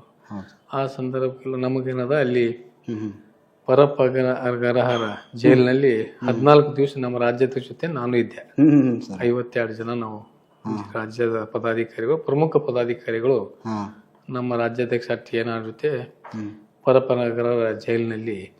ಆ ಜೈಲಿಗೆ ಹೋಗಿದ್ದು ಪ್ರತಿಫಲವಾಗಿ ಇವತ್ತು ಇಡೀ ರಾಜ್ಯಾದ್ಯಂತ 60% ಕನ್ನಡದ ನಾಮಫಲಕ ಕಡ್ಡಾಯವಾಯ್ತು. ಅದಕ್ಕೆ ನಮಗೆ ಸಂತೋಷ ಕೂಡ ಇದೆ. ಯಾಕಂದ್ರೆ ಜೈಲು ಹೋಗುದು ಏನು ದೊಡ್ಡ ಇದು ಅಲ್ಲ ಅದು. ಆದ್ರೂ ನಾವು ಒಂದು ನಾಡ ನುಡಿಗಾಗಿ ಜೈಲಿಗೆ ಹೋಗಿದ್ದೆ. ನಾವು ಯಾರಾದ್ರೂ ದೊಡ್ಡ ಯಾವುದೇ ಬೇರೆ ಅಪರಾಧ ಮಾಡಿ ಅಂತ ಜೈಲಿಗೆ ಹೋಗಿಲ್ಲ. ಅದು ನಮಗೆ ಹೆಮ್ಮೆಯ ವಿಷಯ ಅದು. ಹೌದು. ಅದಕ್ಕಾಗಿ ಇಂಥವು ನಾಡ ನುಡಿಗಾಗಿ ಜಲಕ್ಕೆ ಇಂಥ ಏನೇ ಕುಂದು ಕೊರತೆ ಬಂದಾಗ ನಾವು ಜೈಲಾಗಲಿ ಅಥವಾ ಇನ್ನಿತರ ಅದಕ್ಕೂ ಭಯ ಇರಲಾರ್ದೆ ಒಳ್ಳೆ ಕೆಲಸಕ್ಕೆ, ಸಾರ್ವಜನಿಕರಿಗೆ, ನಮ್ಮ ನಾಡಿನ ಮಕ್ಕಳಿಗೆ, ನಾಡಿನ ಯುವಕರಿಗೆ, ನಾಡಿನ ರೈತರಿಗಾಗಿ ಪ್ರತಿಯೊಂದು ಕ್ಷೇತ್ರದಲ್ಲಿ ಅನ್ಯಾಯ ಆದಾಗ ನಾವು ಹೋರಾಟ ಮಾಡಿ ನ್ಯಾಯ ಕೊಡಿಸುವಂಥ ಕೆಲಸ ನಾವು ಮಾಡ್ತಾ ಬಂದಿದ್ದೀವಿ. ಇಂಥ ಹಲವಾರು ಉದಾಹರಣೆ ನಮ್ಮಲ್ಲಿ. ಯಾಕಂದ್ರೆ ಈಗಾಗಲೇ ಮತ್ತೆ 2ನೇದು ಅವಧಿ ನಾವು ಡಾಕ್ಟರ್ ಸರೋಜಿನಿ ಮಹಿಷಿ ವರದಿ ಜಾರಿ ಮಾಡ್ಬೇಕಂತ ಹೇಳಿ ನಾವು ಒಂದು ಹೋರಾಟ ಮೊದಲು ಕೂಡ ಮಾಡಿದ್ವಿ. ಮತ್ತೊಂದು ಹೋರಾಟ ನಾವು ನಮ್ಮ ನಾರಾಯಣಗೌಡರು ಇಟ್ಕೊಂಡು ಮೊನ್ನೆ ಒಂದು ಜನರಾಜ್ಯೋತ್ಸವ ಮಾಡಿದ್ವಿ ನಾವು. ಮೊನ್ನೆ ಕರ್ನಾಟಕ ರಕ್ಷಣಾ ವೇದಿಕೆ ರಾಜ್ಯಾಧ್ಯಕ್ಷರಾದ TN ನಾರಾಯಣಗೌಡರ ಅಧ್ಯಕ್ಷತೆಯಲ್ಲಿ ಎಲ್ಲ ಕನ್ನಡ ಪರ ಸಂಘಟನೆಗಳು ನಾಡಿನಲ್ಲಿ ಬೇರೆ ಬೇರೆ ಬಣ ಅವು ಇವು ಕೆಲವೊಂದು ಮಾಡ್ಕೊಂಡಾರ, ಜಯ ಕರ್ನಾಟಕ ಅವು ಅಂಥವೆಲ್ಲರಿಗೆ ಸೇರಿಸ್ಕೊಂಡು, ಅಂದ್ರೆ ಭೇದ ಭಾವ ಇಲ್ಲಿ ಮಾಡಬಾರ್ದು. ಒಂದು ಭಾಷೆ ವಿಷಯ ಬಂದಾಗ, ನಾಡಿನ ವಿಷಯ ಬಂದಾಗ ಕನ್ನಡ ಪರ ಚಳವಳಿಗಾರರು, ಕನ್ನಡ ಪರ ಹೋರಾಟಗಾರರು ಒಂದೇ ವೇದಿಕೆಯಲ್ಲಿ ಸೇರಿ ಸರ್ಕಾರ, ಕೇಂದ್ರ ಸರ್ಕಾರ ಆಗ್ಲಿ ರಾಜ್ಯ ಸರ್ಕಾರ ಆಗ್ಲಿ ಏನಾದ್ರೂ ಅನ್ಯಾಯ ಮಾಡಿದಾಗ, ಮಲತಾಯಿ ಧೋರಣೆ ಮಾಡಿದಾಗ ಅಂತವ್ಗೆ ಎಲ್ಲರೂ ಕೂಡ ಒಂದು ಹೋರಾಟ ಮಾಡುವಂಥದ್ದು ಮಾಡೋಣ ಅಂತೇಳಿ ಒಂದು ನಿರ್ಣಯ ತಗೊಳ್ಳಿಕ್ಕೆ ಮೊನ್ನೆ ಅರಮನೆ ಮೈದಾನದಲ್ಲಿ ಹೋದ ತಿಂಗಳ ಒಂದು ದೊಡ್ಡ ಪ್ರಮಾಣದಲ್ಲಿ ಒಂದು ಕಾರ್ಯಕ್ರಮ ನಮ್ಮ ರಾಜ್ಯಾಧ್ಯಕ್ಷರಾದ ನಾರಾಯಣಗೌಡರ ಅಧ್ಯಕ್ಷತೆಯಲ್ಲಿ ಮುಖ್ಯಮಂತ್ರಿಗಳು ಬಂದಿದ್ರು, ಬಸವರಾಜ ಹೊರಟ್ಟಿ ಅವರು ಬಂದಿದ್ರು. ಇಂಥ ಹಿರಿಯ ಸಾಹಿತಿಗಳು ಬಂದಿದ್ರು. ಭಾಳ ಒಳ್ಳೆಯ ಕಾರ್ಯಕ್ರಮ ಆಯಿತು. ಅದರಿಂದ ಒಂದು ಒಳ್ಳೆಯ ಸಂದೇಶ ಕೂಡ ಆಯಿತು. ಮತ್ತು ನಮ್ಮ ಸಿದ್ದರಾಮಯ್ಯ ಅವ್ರು ತಾವು ನೋಡಿರ್ಬೇಕು, ಆ ಕಾರ್ಯಕ್ರಮ ಆದ ಕೆಲವೊಂದು ಘೋಷಣೆಗಳು ಕೂಡ ಅಲ್ಲಿ ಮಾಡಿದ್ರು ಅವರು. ಅಂದ್ರೆ ಕನ್ನಡ ಪರ ಹೋರಾಟಗಾರರ ಮೇಲೆ ಇರುವಂಥ ಮುಖತ್ತೆಗೆ ಮಾಡೋನು ತಕ್ಷಣದಿಂದ ವಾಪಸ್ ತಗೊಳ್ಳಿಕ್ಕೆ ನಿರ್ಣಯ ಹೇಳಿದ್ದಾರೆ. ಮತ್ತು ಇನ್ನಿತರ ಕನ್ನಡ ಭಾಷೆ ಬಗ್ಗೆ ಮತ್ತು ಕನ್ನಡ ಶಾಲೆಗಳು ಏನೀಗ ಸ್ಟ್ರೆಂತ್ ಇಲ್ಲ, ಕೆಲವೊಂದು ಕಡೆ ಏನೋ ಮರ್ಜ್ ಮಾಡಾಕತ್ತೀವಿ ಬೇರೆ ಬೇರೆ ಶಾಲೆಗಳು. ಈ ರೀತಿ ಕಡ್ಡಾಯವಾಗಿ ಏನಂತ ಒಂದು ಹಳ್ಳಿಯಲ್ಲಿ ಒಂದು ಗ್ರಾಮಗಳಲ್ಲಿ ಎಷ್ಟೇ ಮಕ್ಕಳಿರ್ಲಿ ಅಲ್ಲಿ ಕನ್ನಡ ಶಾಲೆ ಇರಲೇಬೇಕಂತೇಳಿ ಒಂದು ನಮ್ಮ ಹಿರಿಯ ಸಾಹಿತಿಗಳು ಒತ್ತಾಯಿತು, ನಮ್ಮೆಲ್ಲ ಕನ್ನಡ ಪರ ಚಳವಳಿಗಾರದು ಒತ್ತಾಯಿತು. ಅದಕ್ಕೂ ಕೂಡ ಮಾನ್ಯ ಮುಖ್ಯಮಂತ್ರಿಗಳು ಘೋಷಣೆ ಮಾಡಿದ್ರು, ನಾನು ಯಾವ ಕಾಲಕ್ಕೂ ಅಂತ ಕನ್ನಡ ಶಾಲೆಗಳನ್ನ ಬಂದ್ ಮಾಡುವುದಿಲ್ಲ ಅಂತ ಹೇಳಿ ಅದನ್ನು ಕೂಡ ಒಂದು ಒಳ್ಳೆಯ ಒಂದು ಕಾರ್ಯಕ್ರಮ, ಒಳ್ಳೆಯ ಸಂದೇಶನೂ ಹೋಯ್ತು. ಆ ಒಂದು ಕಾರ್ಯಕ್ರಮ ಒಳ್ಳೇದಾಯ್ತು. ಈ ರೀತಿ ನಾಡ ನುಡಿಗಾಗಿ ಎಲ್ಲ ಜಲಕ್ಕಾಗಿ ನಾಡಿನ ಹಿತದೃಷ್ಟಿಯಿಂದ ನಮ್ಮ ಕನ್ನಡ ಪರ ಸಂಘಟನೆಯಲ್ಲಿ ಕೂಡ ನಾನು ಸೇವೆ ಸಲ್ಲಿಸ್ತಾ ಬಂದಿದ್ದೀನಿ. ಯಾಕಂದ್ರೆ ನನಗೂ ಅದಕ್ಕೊಂದು ಇದು, ನಾನು ಮೊದಲಿಂದು ಹಳ್ಳಿಯಿಂದ ಬಂದವ್ರು ನಾವು. ಜಾತ್ಯತೀತ ಮನೋಭಾವ ಇಟ್ಕೊಂಡು ಎಲ್ಲ ಜನರ ಜೊತೆ ಒಂದು ಬಾಂಧವ್ಯ ಇಟ್ಕೊಂಡು ಎಲ್ಲ ವರ್ಗದ ಮುಸಲ್ಮಾನ್ ಇರಲಿ, ಹಿಂದೂ ಇರಲಿ, ಮತ್ತು ಏನು ಬೇರೆ ಬೇರೆ ವರ್ಗದ ಯಾರೇ ಜನರಿದ್ರು ಕೂಡ ಅವ್ರ ಜೊತೆ ನಮ್ದು ಒಳ್ಳೆಯ ಬಾಂಧವ್ಯ ಇಟ್ಕೊಂಡು ನಾವು ಯಾವಾಗ ವಿದ್ಯಾರ್ಥಿ ಜೀವನದಲ್ಲಿ ನಾನು ಎಲ್ಲ ನಮ್ಮದು ಪ್ರೌಢಶಾಲೆಗಳಾಗಿರಲಿ ಅಥವಾ ಕಾಲೇಜುಗಳಾಗಲಿ ನಾನು ಹೆಚ್ಚಿನ ನಂದು ಬಾಂಧವ್ಯ ಹಿಂದೂ ಸಮಾಜದ ಯುವಕರ ಜೊತೆ ಅವರ ಜೊತೆ ನಾನು ಮೊದಲಿನಿಂದ ಬೆಳ್ಕೊಂಡು ಬಂದವ. ಹೀಗಾಗಿ ಹಳ್ಳಿ ಒಳಗೆ ಇರೋದ್ರಿಂದ ಒಂದು ಜಾತ್ಯತೀತ ಒಂದು ಮನೋಭಾವ ಹೆಚ್ಚಿರ್ತದ. ಅದಕ್ಕೆ ಅದು ಇಟ್ಕೊಂಡು ಈಗಾಗಲೇ ಅದೇ ಒಂದು ಸಮಾಜ, ಈಗಾಗಲೇ ಸಾಮಾಜಿಕ ಜೀವನ ಜಾತ್ಯತೀತ ಒಂದು ಇಟ್ಕೊಂಡು ಈಗ ಬಂದಿದ್ದೇವೆ. ಅದ್ರ ಜೊತೆಗೆ ಒಂದು ನಾನು ಮುಲ್ಲಾ ಸಮಾಜದಿಂದ, ವಿಶೇಷವಾಗಿ ಮುಸ್ಲಿಂ ಇದ್ದು ಸಹಿತ ಒಂದು ನಮ್ದೇ ಆದಂತ, ಯಾಕಂದ್ರೆ ಮುಲ್ಲಾ ಅಂದ್ರ ಹಳ್ಳಿಯಲ್ಲಿ ಒಂದು ಬಾಂಧವ್ಯ ಏನಿರ್ತದ, ಎಲ್ಲ ಜೊತೆ ಬಾಂಧವ್ಯ ಹಚ್ಚಿರ್ತದ ಅಲ್ಲಿ. ಅದು ಬೇರೆ ಮುಸ್ಲಿಮ್ದು ಬೇರೆ, ಅದು ವಿಶೇಷವಾಗಿ ಮುಲ್ಲಾ ಇರ್ತಾರಲ್ಲ ಅವರು ಯಾವುದೇ ಹಬ್ಬ ಹರಿದಿನ ಅಲ್ಲಿ ಇರುವಂತ ಗೌಡ್ರ ಮನೆಯಲ್ಲಿ ಏನು ಕಾರ್ಯಕ್ರಮ ಇದ್ದಾಗ ಆಗ್ಲಿ ಅಥವಾ ಇನ್ನಿತರ ಜನರ ಕಾರ್ಯಕ್ರಮ ಇದ್ದಾಗ, ಯಾವುದೇ ಜಾತ್ರೆ ಇದು ಏನೇ ಇದ್ದಾಗ ಕೂಡ ಮುಲ್ಲಾಗೆ ಅಲ್ಲಿ ಬಹಳ ಮಹತ್ವ ಕೊಡ್ತಾರೆ ಪ್ರತಿ ಹಳ್ಳಿಯಲ್ಲಿ. ಅದೇ ರೀತಿ ನಾವು ಬೆಳೆಸ್ಕೊಂಡು ಬಂದಿದ್ದೀವಿ. ಮತ್ತು ಕರ್ನಾಟಕ ಮುಲ್ಲಾ ಅಸೋಸಿಯೇಷನ್ ರಾಜ್ಯ ಉಪಾಧ್ಯಕ್ಷ ಕೂಡ ನಾನು ಕೆಲಸ ಮಾಡ್ತಾ ಇದ್ದೀನಿ. ಈಗ 7 ವರ್ಷದಿಂದ ನಾವು ಒಂದು ರಾಜ್ಯ ಮಟ್ಟದಲ್ಲಿ ಒಂದು ಸಂಘಟನೆ ಮಾಡಿದ್ದೀವಿ ಮುಲ್ಲಾ ಅಸೋಸಿಯೇಷನ್. ಅದರದ್ದು ಮೂಲ ಉದ್ದೇಶ ಏನಂದ್ರೆ ಸೌಹಾರ್ದತೆ ಕಾಪಾಡಲಿಕ್ಕೆ. ಕರ್ನಾಟಕ ಮುಲ್ಲಾ ಅಸೋಸಿಯೇಷನ್, ಅದ್ರ ಜೊತೆಗೆ ಕರ್ನಾಟಕ ಸೌಹಾರ್ದ ವೇದಿಕೆ, ಅದು ಎರಡೂ ಕೂಡಿ ಮಾಡ್ಯಾನ ನಾವು.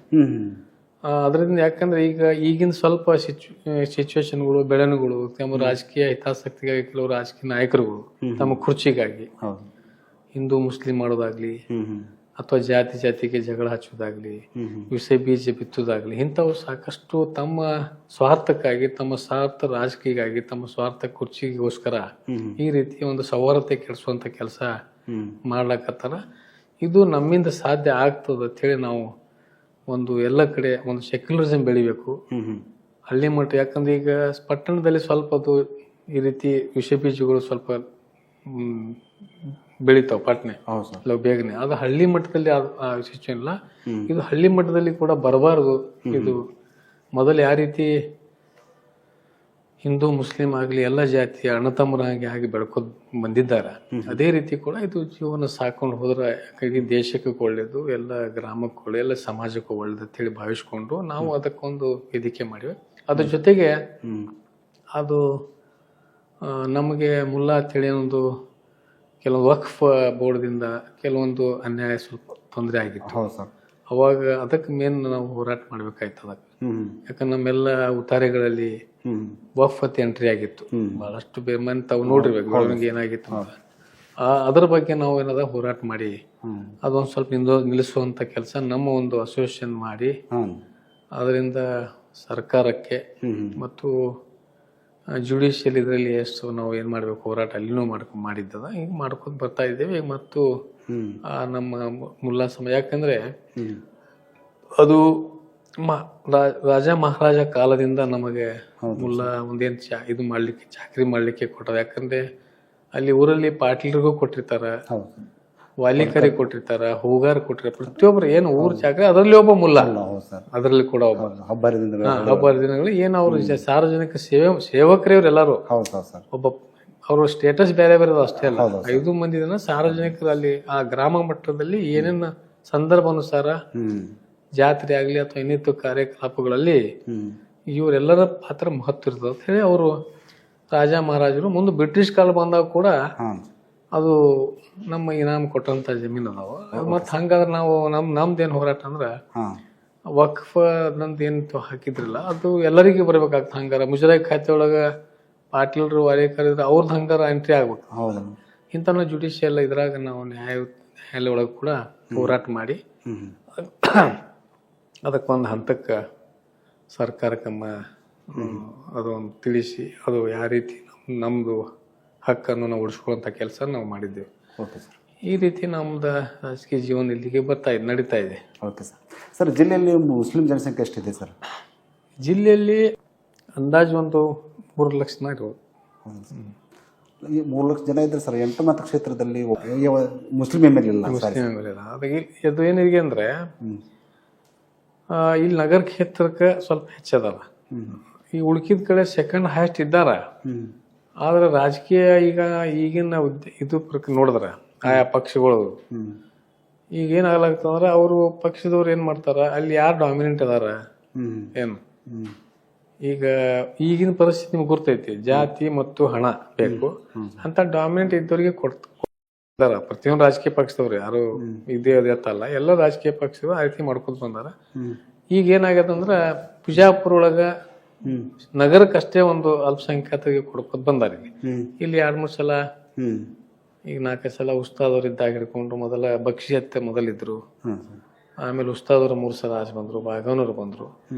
ಹಿಂಗ ರಾಜಕೀಯ ಪಕ್ಷಗಳು ಆಯಾಗ ಕಾಂಗ್ರೆಸ್ ಪಕ್ಷ ಇಲ್ಲಿ ಸಿಟಿಗೆ ಕೊಡ್ತಾರ, ಉಳ್ಕಿದ ಕಡೆ ಏನದ ಕೊಡುದಿಲ್ಲ ಇದಕ್ಕೆ. ಈಗ ಎಲ್ಲಾ ಕಡೆ ಏನದ ಹೈಯೆಸ್ಟ್ ಸೆಕೆಂಡ್ ಹೈಯೆಸ್ಟ್ ಓಟ್ ಅದಾವ ನಮ್ಮ ಕೆಲವೊಂದು ಕ್ಷೇತ್ರದಲ್ಲಿ. ಆದ್ರೂ ಏನದ ಆಯಾ ರಾಜಕೀಯ ಪಕ್ಷಗಳು ಅಲ್ಲಿ ನಿರ್ಲಕ್ಷ್ಯ ಮಾಡ್ತಾರ. ಹೆಚ್ಚಿನದ ಮುತ್ತುವರ್ಜಿ ಹೆಚ್ಚಿದು ಮಹತ್ವ ಬಿಜಾಪುರ ನಗರಕ್ಕೆ ಕೊಟ್ಟಾರ ಅಷ್ಟೇ. ಇಲ್ಲೇ ಅಲ್ಪಸಂಖ್ಯಾತ ಹೆಚ್ಚದಾರ, ಇಲ್ಲಿ ನಮ್ ಸೀಟ್ ಬರ್ತದೆ, ಇಲ್ಲೇ ಕೊಡ್ಕೊತ ಬಂದಾರ. ಅಂದ್ರೆ ನಿಮ್ಮ ಮಾತೇನು ಸರ, ಅಲ್ಪಸಂಖ್ಯಾತರಲ್ಲಿ ಸಾಮರ್ಥ್ಯಗಳಂತ ನಾಯಕರಿಲ್ಲ? ಇಲ್ಲ, ಸಾಮರ್ಥ್ಯ ನಾಯಕರದಾರ. ಅವ್ರ ಪಕ್ಷದವ್ರು ಅವ್ರಿಗೆ ಕಡೆಗಣಿಸ್ಲಾಕತ್ತಾರಲ್ಲ ಪಕ್ಷ ಒಳಗ, ಅವ್ರಿಗೆ ಕೊಡುದಲ್ಲ ಅಲ್ಲಿ. Okay sir. ಸರ್, ಕಾಂಗ್ರೆಸ್ಗೆ ಮುಸ್ಲಿಂ ಮತಗಳು ಆಕ್ಸಿಜನ್ ಇದ್ದಂಗ. ಹೌದು, ನಾ ಈ ಮಾತು ಎಲ್ಲ ನಮ್ಮ ರಾಜಕೀಯ ಪ್ರತಿಯೊಂದು ಸಭೆಯೊಳಗೆ ಅಲ್ಲಿ ಹೇಳಿನ ಪಕ್ಷಗಳು ಇದ್ದಾಗ. ನಮ್ಮ ಒಂದು ಸ್ವಲ್ಪ ನಾನು ಈ ಸಂದರ್ಭದಲ್ಲಿ ಸ್ವಲ್ಪ ನನಗೂ ಅನಿಸ್ತದ ಹೇಳಿಕೆ. ವಿಶೇಷವಾಗಿ ಕಾಂಗ್ರೆಸ್ ಪಕ್ಷಕ್ಕೆ ಮುಸ್ಲಿಂ ಮತದಾರರು ಆಕ್ಸಿಜನ್ ಇದ್ದಂಗೆ ನೀವು ಹೇಳಿದಾಗೆ, ಆ ಆಕ್ಸಿಜನ್ ತೆಗೆದ ಕೂಡಲೇ ಅವೆಲ್ಲ ಡೆಡ್ ಬಾಡಿ ಆಗ್ಬಿಡ್ತಾವ. ಎಷ್ಟು ಮಂದಿ ಪಕ್ಷಗಳೇ ಇದು ಇಲ್ಲ. ಅದು ಆ ಪಕ್ಷದವರು ಕೆಲವೊಂದು ವಿಷಯಗಳಲ್ಲಿ ಈಗ ಇನ್ನೊಂದು ಹೇಳ್ಬೇಕಂದ್ರೆ, ಇಷ್ಟು ಆಕ್ಸಿಜನ್ ಇದ್ರೂ ಕೂಡ ಕಾಂಗ್ರೆಸ್ ಪಕ್ಷದಲ್ಲಿ ಸ್ವಲ್ಪ ಅಲ್ಪಸಂಖ್ಯಾತರಿಗೆ ಕಡೆಗಣಿಸೋದು ಹೆಚ್ಚಾಗಿದೆ ಪ್ರತಿಯೊಂದು ಕ್ಷೇತ್ರದಲ್ಲಿ. ಯಾಕಂದ್ರೆ ಇವತ್ತು MLC ಕೊಡೋದಾಗ್ಲಿ, ಜಿಲ್ಲಾ ಕಾಂಗ್ರೆಸ್ ಅಧ್ಯಕ್ಷ ಕೇಳಿದೆವು, ನಿಗಮ ಮಂಡಳಿಗಳು, ವಿಶೇಷವಾಗಿ ವಿಜಯಪುರ ಜಿಲ್ಲೆ ಏನು ಬಹಳ ಕಡೆಗಣಿಸ್ತದ. ಇದಕ್ಕೇನದ, ನಮ್ಮ ರಾಜಕೀಯ ನಾಯಕರು ಏನಿದೆ, ಅಧಿಕಾರಿಗಳು ಇದ್ದಾರ, ಮಂತ್ರಿಗಳು, MLAಗಳು, ಅವರ ಒಂದು ಇಚ್ಛಾಶಕ್ತಿ ಇಲ್ಲ. ನಮಗ ಅಲ್ಪಸಂಖ್ಯಾತರಿಗೆ ಮೇಲ್ ತರಬೇಕು, ಇಲ್ಲಿಯ ನಾಯಕ, ಇಲ್ಲಿ ಸಮರ್ಥವಾದಂತ ಅಲ್ಪಸಂಖ್ಯಾತರ ನಾಯಕತ್ವ ಇಲ್ಲಿ ಐತಿ ನಮ್ಮ ಬಿಜಾಪುರ ಜಿಲ್ಲೆ ಒಳಗೆ. ಎಲ್ಲ ರೀತಿಯಿಂದ ಐತಿ, ಆರ್ಥಿಕವಾಗಿನೂ ಅದಾರ, ಸಾಮಾಜಿಕವಾಗಿ, ಶೈಕ್ಷಣಿಕವಾಗಿ ಎಲ್ಲ ರೀತಿಯಿಂದ ಸಮರ್ಥ ನಾಯಕರು ಅದಾರ. ಇದ್ರು ಏನದ, ನಮ್ಮ ರಾಜಕೀಯ ನಾಯಕರು ಇಲ್ಲಿರುವಂತದ್ದು ಮಂತ್ರಿಗಳಾಗ್ಲಿ, ಶಾಸಕರುಗಳೇ, ಅದು ಏನದ, ಈ ಬೇರೆ ಜಿಲ್ಲೆಯವರು ಯಾವ ರೀತಿ ಅಲ್ಪಸಂಖ್ಯಾತರಿಗೆ ಆಯಾ ಫಾಲೋವರ್ಸ್ಗಾಗ್ಲಿ ಅವರು ಒಂದು ಉನ್ನತವಾದ ಸ್ಥಾನದಲ್ಲಿ ಏನು ಅವಕಾಶ ಕೊಡಿಸ್ಲಿಕ್ಕೆ ಪ್ರಯತ್ನ ಮಾಡ್ತಾರ. ಅದು ನಮ್ಮ ಜಿಲ್ಲೆಯ ರಾಜಕಾರಣಿಗಳು, ನಮ್ಮ ಜಿಲ್ಲೆಯ ಲೀಡರ್ಗಳು, ಪಕ್ಷದ ಕಾಂಗ್ರೆಸ್ ಪಕ್ಷದ ಅವರು ಯಾಕೋ ಅಲ್ಪಸಂಖ್ಯಾತರ ಮೇಲೆ ಕೆಲಸ ಮಾಡ್ತಾ ಇಲ್ಲ. ಅದು ಒಂದು ನಮಗೆ ಸ್ವಲ್ಪ ಅದು ದುರ್ದೈವ ಸಂಗತಿ ಅಂತ ಹೇಳಕ್ ಇಷ್ಟಪಡ್ತೀನಿ. ನಾವು ಈ ವಿಷಯ ಬಹಳಷ್ಟು ಕಡೆ ನಾವು ಇದು ಮಾಡೀನಿ, ವ್ಯಕ್ತಪಡಿಸೀನಿ. ಇದು ಪಕ್ಷದ ಸಭೆಗಳಿಗಾಗಲಿ ಇನ್ನಿತರ ವೇದಿಕೆಯಲ್ಲಿ ಕೂಡ ನಾನು ಇದರ ಬಗ್ಗೆ ಒಂದು ವಿಚಾರ ವ್ಯಕ್ತಪಡಿಸೀನಿ. ಆದರೂ ಕೂಡ ಏನಾಗ್ಬಿಟ್ಟಿದೆ ಅಂದರೆ, ಈಗ ಪಕ್ಷಗಳೇನ ಈಗ ಮೊದಲೇನಿತ್ತು, ಜನತಾದಳ ಇತ್ತು ಒಂದು, ನಮ್ಮ ಅಲ್ಪಸಂಖ್ಯಾತರಿಗೆ ಆಲ್ಟರ್ನೇಟ್ ಒಂದು ಇದು ಇತ್ತು ಓಟ್ ಹಾಕ್ಲಕ್ಕ. ಈಗ ಅವರು ಏನು ಆಗ್ಬಿಟ್ರೆ ರಾಜಕೀಯ ಏನು ಮಂತ್ರಿಗಳಾಗ್ಲಿ, ಕಾಂಗ್ರೆಸ್ದ ನಾಯಕರುಗಳು, MLAಗಳಾಗ್ಲಿ, ಈ ಅಲ್ಪಸಂಖ್ಯಾತರ ಓಟ್ ಎಲ್ಲಿ ಹೋಗುವುದಿಲ್ಲ, ಇವ್ರು ನಮಗೆ ಹಾಕ್ತಾರ ಅಂತ ಹೇಳಿ ಅನ್ನೋದು ಒಂದು 100ಕ್ಕೆ 100. ಮತ್ತು ನಮ್ಮವ್ರು ಹಂಗೆ ಅನಿವಾರ್ಯ ಅದಲ್ಲ. ಲಾಸ್ಟ್ ಟೈಮ್ ಏನಾಯ್ತು, 100ಕ್ಕೆ 100 ಮತದಾರರು ನಮ್ಮವರು ಕಾಂಗ್ರೆಸ್ ಓಟ್ ಹಾಕಿದ್ರು ಎಲ್ಲರೂ. ಆದ್ರ ಬೇರೆ ಆಲ್ಟರ್ನೇಟ್ ಇದ್ದಿಲ್ಲ ಅವಾಗ, ನೇರ ಸ್ಪರ್ಧೆ. ಜನತಾದ ಅಲಯನ್ಸ್ ಬಿಜೆಪಿ ಜೊತೆ ಆದ ನಂತರ ಕಾಂಗ್ರೆಸ್ ಮತ್ತು ಬಿಜೆಪಿ ಆಡೇ ಇತ್ತು. ಹೀಗಾಗಿ ಇವ್ರೆಲ್ಲಿ ಬೇರೆ ಕಡೆ ಓಟ್ ಹಾಕೋದಾಗ ಅವಕಾಶ ಇರುವುದಿಲ್ಲ ಅಂತ ಹೇಳಿ ಅವ್ರಿಗೊಂದು ಭ್ರಮೆ ಆ ರೀತಿ. ಕಾಂಗ್ರೆಸ್ ಎಲ್ಲಿ ಹೋಗ್ತಾರೆ ಇವರು, ಇವ್ರು ಬೇರೆ ನಮಗೆ ಓಟ್, ಅವ್ರೇನ್ ಮಾಡ್ತಾರೆ ಅದಕ್ಕೆ ಬೇರೆ ಸಮಾಜದ ಮತದಾರರಿಗೆ ಓಲೈಸ್ಲಿಕ್ಕೆ ಪ್ರಯತ್ನ ಮಾಡ್ತಾರ. ಅಂದ್ರೆ ಎಲ್ಲಾ ರೀತಿಯಿಂದ ಅವಕಾಶ ಕೊಡ್ಲಿಕ್ಕೆ ಪ್ರಯತ್ನ ಮಾಡ್ತಾರೆ. ಇವ್ರಂತೂ ಎಲ್ಲಿ ಹೋಗುದಿಲ್ಲ, ಇವ್ರು ಇದ್ಲೇ ಇರ್ತಾರ. ಮತ್ತ ಅವ್ರಿಗೆ ಸಮಾಧಾನ ಮಾಡ್ಲಕ್ ಅಲ್ಲಿ ಸ್ವಲ್ಪ ಸ್ವಲ್ಪ ಓಟ್ ಹಾಕ್ತಾರ. ಈಗ ಅದು ಇನ್ನೊಂದು ವಿಷಯ ಏನಾದ್ರು ಕ್ಲಾರಿಫಿಕೇಶನ್ ಅಂದ್ರ, ಈಗ ಎಲ್ಲ ಎಷ್ಟು ಜಾತಿ ಅದ, ಎಲ್ಲಾ ಜಾತಿಯೊಳಗ 100ಕ್ಕೆ 100 ಓಟ್ ಹಾಕೋದು ಬರೀ ಕಾಂಗ್ರೆಸ್ಗೆ ಮುಸಲ್ಮಾನರು, ಅಲ್ಪಸಂಖ್ಯಾತರು. ಉಳಿ ಜಾತಿ ಎಲ್ಲ ಡಿವೈಡ್ ಆಗ್ತಾರೆ. ಎಲ್ಲರೂ ಯಾರು ಡಿವೈಡ್ ಆಗೋತ್ತಾರ, SC ಹಿಡ್ಕೊಂಡು ಡಿವೈಡ್ ಆಗ್ತಾರ. ನಮ್ಮ ಜಿಲ್ಲೆ ಒಳಗೆ, ನಮ್ಮ ನಾಡೊಳಗೆ ಎಷ್ಟು ಜಾತಿಗಳದಾವ ಎಲ್ಲರೂ ಎಲ್ಲಾ ಪಕ್ಷಕ್ಕೆ ಡಿವೈಡ್ ಆಗ್ತಾವ. ನಮ್ದು ಒಂದು ಏಕೈಕ ಸಮಾಜ ಒನ್ವೇ ಓಟ್ ಹಾಕೋದು ಅಂದ್ರೆ ಕಾಂಗ್ರೆಸ್ಗೆ ಮೈನಾರಿಟಿ. Okay sir. ಮುಸ್ಲಿಂ ಮಹಾನಾಯಕರಂತ CM ಇಬ್ರಾಹಿಂ ಅವರು ಕಾಂಗ್ರೆಸ್ ಅವ್ರನ್ನ ಮೂಲ ಗುಂಪು ಮಾಡ್ತಾನ ಮಾತು ಸರ್.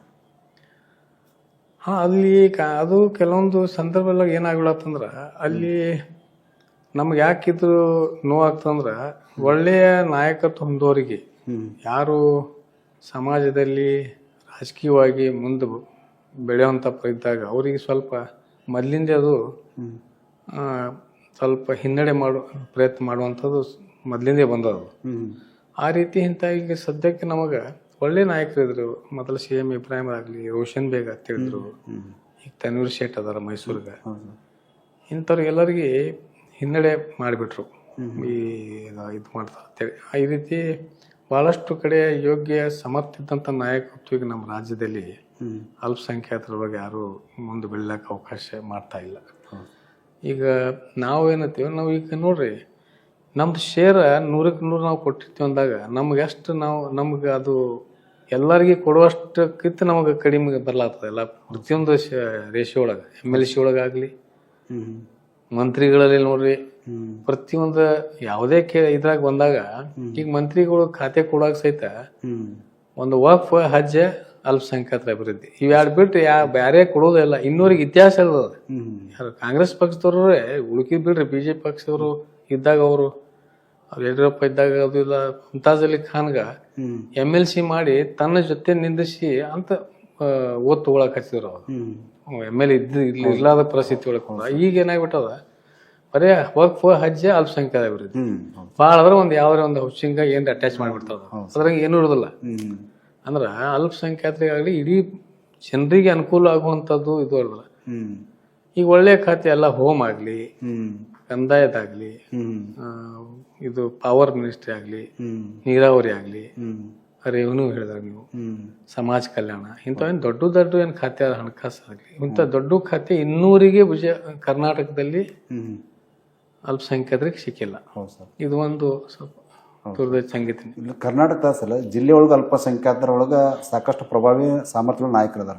ಜಿಲ್ಲೆ ರಾಜಕೀಯ ನಾಯಕರು ಸಹಿತ ಯಾಕೆ ಅವ್ರ ಮೇಲೆ ತರೋದಕ್ಕೆ ಪ್ರಯತ್ನ ಮಾಡ್ತಾ ಇಲ್ಲ? ಇಲ್ಲ, ಅದೇ ನಾವು ಅವ್ರಿಗೆ ಪ್ರಶ್ನೆ ಸಾಕಷ್ಟು ನಾವು ಇದು ಕೇಳಿಯವು. ಈಗ ನೋಡ್ರಿ, ಈಗ ಜಿಲ್ಲಾ ಕಾಂಗ್ರೆಸ್ದು ಅಧ್ಯಕ್ಷ ಈಗ ನಾವು ಕೇಳಿದ್ದೇವೆ. ಇಡೀ ಎಲ್ಲ ಕಾಂಗ್ರೆಸ್ದಲ್ಲಿರುವಂಥ ಸೀನಿಯರ್, ಜೂನಿಯರ್ ಎಲ್ಲ ಅಲ್ಪಸಂಖ್ಯಾತ ಅಷ್ಟು ಲೀಡರ್ಸ್, ಕಾರ್ಯಕರ್ತರು ಸೇರಿ ಎಲ್ಲ ಮಂತ್ರಿಗಳ ಮನೆಗೆ ಶಾಸಕರ ಮನೆಗೆ ಎಲ್ಲ ಕಡೆ ಮನೆಗೆ ಮಾಜಿ ಶಾಸಕರ ಮನೆಗೆ ಹೋಗಿ ಒಂದು 15 ದಿವಸ ತಿರುಗಾಡಿದ್ದೆವು ಎಲ್ಲರಿಗೆ. ಯಾವಾಗದು ನಮ್ಮ ರವಿಗೌಡ ಅಂತಿದ್ರು ಮೊದಲು ಇಲ್ಲಿ ಅಧ್ಯಕ್ಷ ತೀರ್ಕೊಂಡ್ರು, ಜಿಲ್ಲಾ ಅಧ್ಯಕ್ಷ ಇದ್ರು ರವಿಗೌಡ ಅಂತ ಇದ್ರು. ಅವ್ರು ಹೋದ ನಂತರ ಆ ಸುಣಗಾರ ಮೊದಲಿದ್ರು, ಅದಂತ ಅವ್ರಿಗೆ ಮಾಡಿದ್ರು. ಅವ್ರು ಹೋದ ನಂತರ ಒಂದು ಅವಕಾಶ ಇಲ್ಲಿ ನಾವೇನು ಕೇಳಿದ್ವಿ ಅಂದ್ರೆ, ಇಲ್ಲಿ ನಗರ ಶಾಸಕ ನಮ್ದು ಯಾವುದೋ ಪ್ರತಿನಿಧಿ ಇಲ್ಲ, ಸದ್ಯ ಒಂದು ಜಿಲ್ಲಾದೊಂದು ಕಾಂಗ್ರೆಸ್ ಪಕ್ಷದ ಅಧ್ಯಕ್ಷ ಆಗ ಸಮರ್ಥ ಅಂತ ಒಂದು ಅವಕಾಶ ಕೊಟ್ಟು, ಒಟ್ಟೆ ಇತಿಹಾಸವಾಗಿ ಅಲ್ಪಸಂಖ್ಯಾತರಿಗೆ ಜಿಲ್ಲಾ ಅಧ್ಯಕ್ಷ ಸ್ಥಾನ ಕೊಟ್ಟಿಲ್ಲ, ಒಂದು ಕೊಟ್ಟಿರ್ತೇಳಿ ನಾವೆಲ್ಲ ಪರಿಪರಿಯಾಗಿ ಎಲ್ಲಾ ಕಡೆ ಹೋಗಿ ಎಲ್ಲಾ ನಾಯಕರು ಯಾವುದೇ ಗುಂಪುಗಾರಿಕೆ ಇರ್ಲಾರ್ದೆ ಯಾವುದೇ ವ್ಯಕ್ತಿ ಕೊಟ್ಟರು ನಮ್ ಬೆಂಬಲ ಐತಿ ಮಾಡ್ರೈತಿ ಹೇಳಿದ್ರು ಕೂಡ ಅವಾಗ ಮಾಡಿಲ್ಲ ಅವರು. ಅವಾಗ ಏನದ ರಾಜು ಆಲ್ವರ್ಗೆ ಮಾಡಿದ್ರು.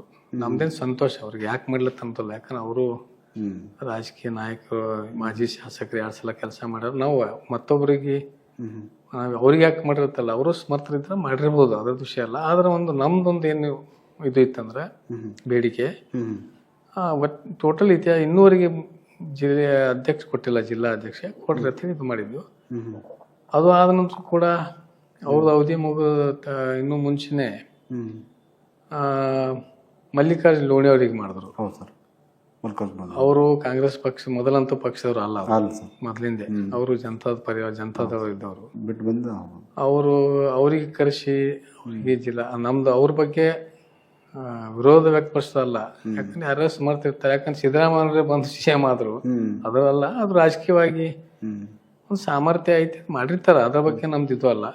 ಆದ್ರೂ ಒಂದು ಸಮಾಜಕ್ಕೆ ಕೇಳಿದಾಗ ಈ ನಾಯಕರಿಗೂ ಯಾಕೋ ಸ್ವಲ್ಪ ನಮ್ದು ಇಚ್ಛಾಶಕ್ತಿ ಅಲ್ಪಸಂಖ್ಯಾತರಿಗೆ ಕಡೆಗಣಿಸುವಂಥದ್ದು ಯಾಕೆ ಮಾಡಿದ್ರು ನಮಗೂ ಸ್ವಲ್ಪ ಒಂದ್ ಸ್ವಲ್ಪ ನೋವು ಆಯ್ತು.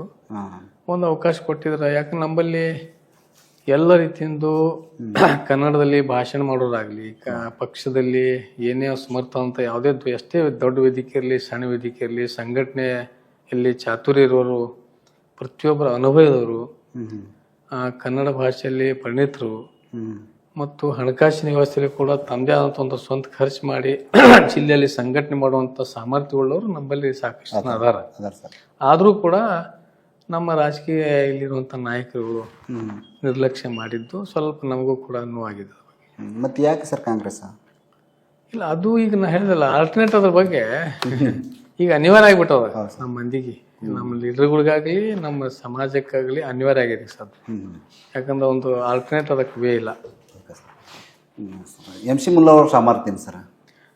ಇಲ್ಲ, ನಮ್ದು ಸಾಮರ್ಥ್ಯ ಅಂದ್ರೆ ನಾವು ಸಾರ್ವಜನಿಕವಾಗಿ ನಮ್ದು ಮೊದಲಿಂದೇ ಸೇವೆ ಸಲ್ಲಿಸುವಂತ ಬಂದಿದ್ದು ನಾವು ವ್ಯಕ್ತಿ. ಯಾವಾಗಲೂ ಸಮಾಜದ ಹಿತದೃಷ್ಟಿಯಿಂದ ಯಾವುದೇ ಒಂದು ರಾಜಕಾರಣಿಗಳ ಕೈಚೀಲ್ ಇಡುವಂತ ವ್ಯಕ್ತಿನ ಅಲ್ಲ.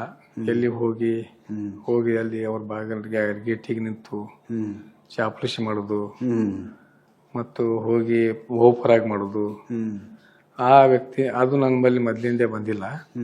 ಆದ್ರೆ ಒಂದೇನದ, ಯಾರು ಒಳ್ಳೆ ನಾಯಕ ಇರ್ತಾನ ನಮ್ಮ ಪಕ್ಷದ ನಾಯಕರಿಗೆ ಗೌರವ ಕೊಡೋದು, ಅವ್ರಿಗೆ ಸಂದರ್ಭ ಬಂದಾಗ ಅವ್ರವ್ರು ಪಕ್ಷದ ಚುನಾವಣೆ ಇರಲಿ ಅಥವಾ ಏನೇ ಅವ್ರ ವಿಷಯ ಬಂದಾಗ ನಾವು ಯಾವುದೇ ಇದು ಇರಲಾರ್ದೆ ಅವರಿಗೆ ಬೆಂಬಲ ಮಾಡ್ಕೊತ ಬರುವಂಥದ್ದು ವ್ಯಕ್ತಿ ನಾನು. ಮತ್ತೆ ಪಕ್ಷ ವಿರೋಧ ಚಟುವಟಿಕೆ ಆಗಲಿ ಅಥವಾ ಯಾವುದೇ ಒಬ್ಬನಿಗೆ ಮೋಸ ಮಾಡೋದಾಗ್ಲಿ ರಾಜಕೀಯವಾಗಿ ಅಲ್ಲೊಂದು ಇಲ್ಲೊಂದು ಮಾಡೋದಲ್ಲ, ಚಾಡಿ ಹೊಡೋದು ಚಟ ಇಲ್ಲ, ಅದು ಮೊದಲಿಂದೆಲ್ಲ. ನಮ್ದು ಆದಂಥ ಒಂದು ತತ್ವ ಸಿದ್ಧಾಂತ ಒಳಗೆ ನಾವು ಬಂದವರು. ಯಾಕಂದ್ರೆ ನಮಗೇನದ, ಯಾರು ಜಾತ್ಯತೀತತೆ ಇಟ್ಕೊಂಡು ಹೋಗೋರು, ಒಬ್ಬ ಅಭಿವೃದ್ಧಿ ಪರ ಚಿಂತನೆ ಮಾಡುವಂಥ ರಾಜಕಾರಣಿಗಳಿರಲಿ ಅಂಥವ್ರಿಗೆ ನಾನು ಮೊದಲಿಂದೇ ಅವರಿಗೆ ಬೆಂಬಲ ಕೊಡುವಂಥದ್ದಾಗಲಿ ಅವ್ರ ಜೊತೆ ಇದ್ದು ನಾವು ಬಂದವಾಗ್ತಿ. ಪಕ್ಷ MC ಮುಲ್ಲಾ ಅವ್ರಿಗೆ ಏನು ಕೊಟ್ಟಿದೆ ಸರ್? ಇಲ್ಲ, ಪಕ್ಷ ಏನು ಕೊಟ್ಟಿಲ್ಲ ಪಕ್ಷಕ್ಕೆ. ಯಾಕಂದ್ರೆ ನಾವು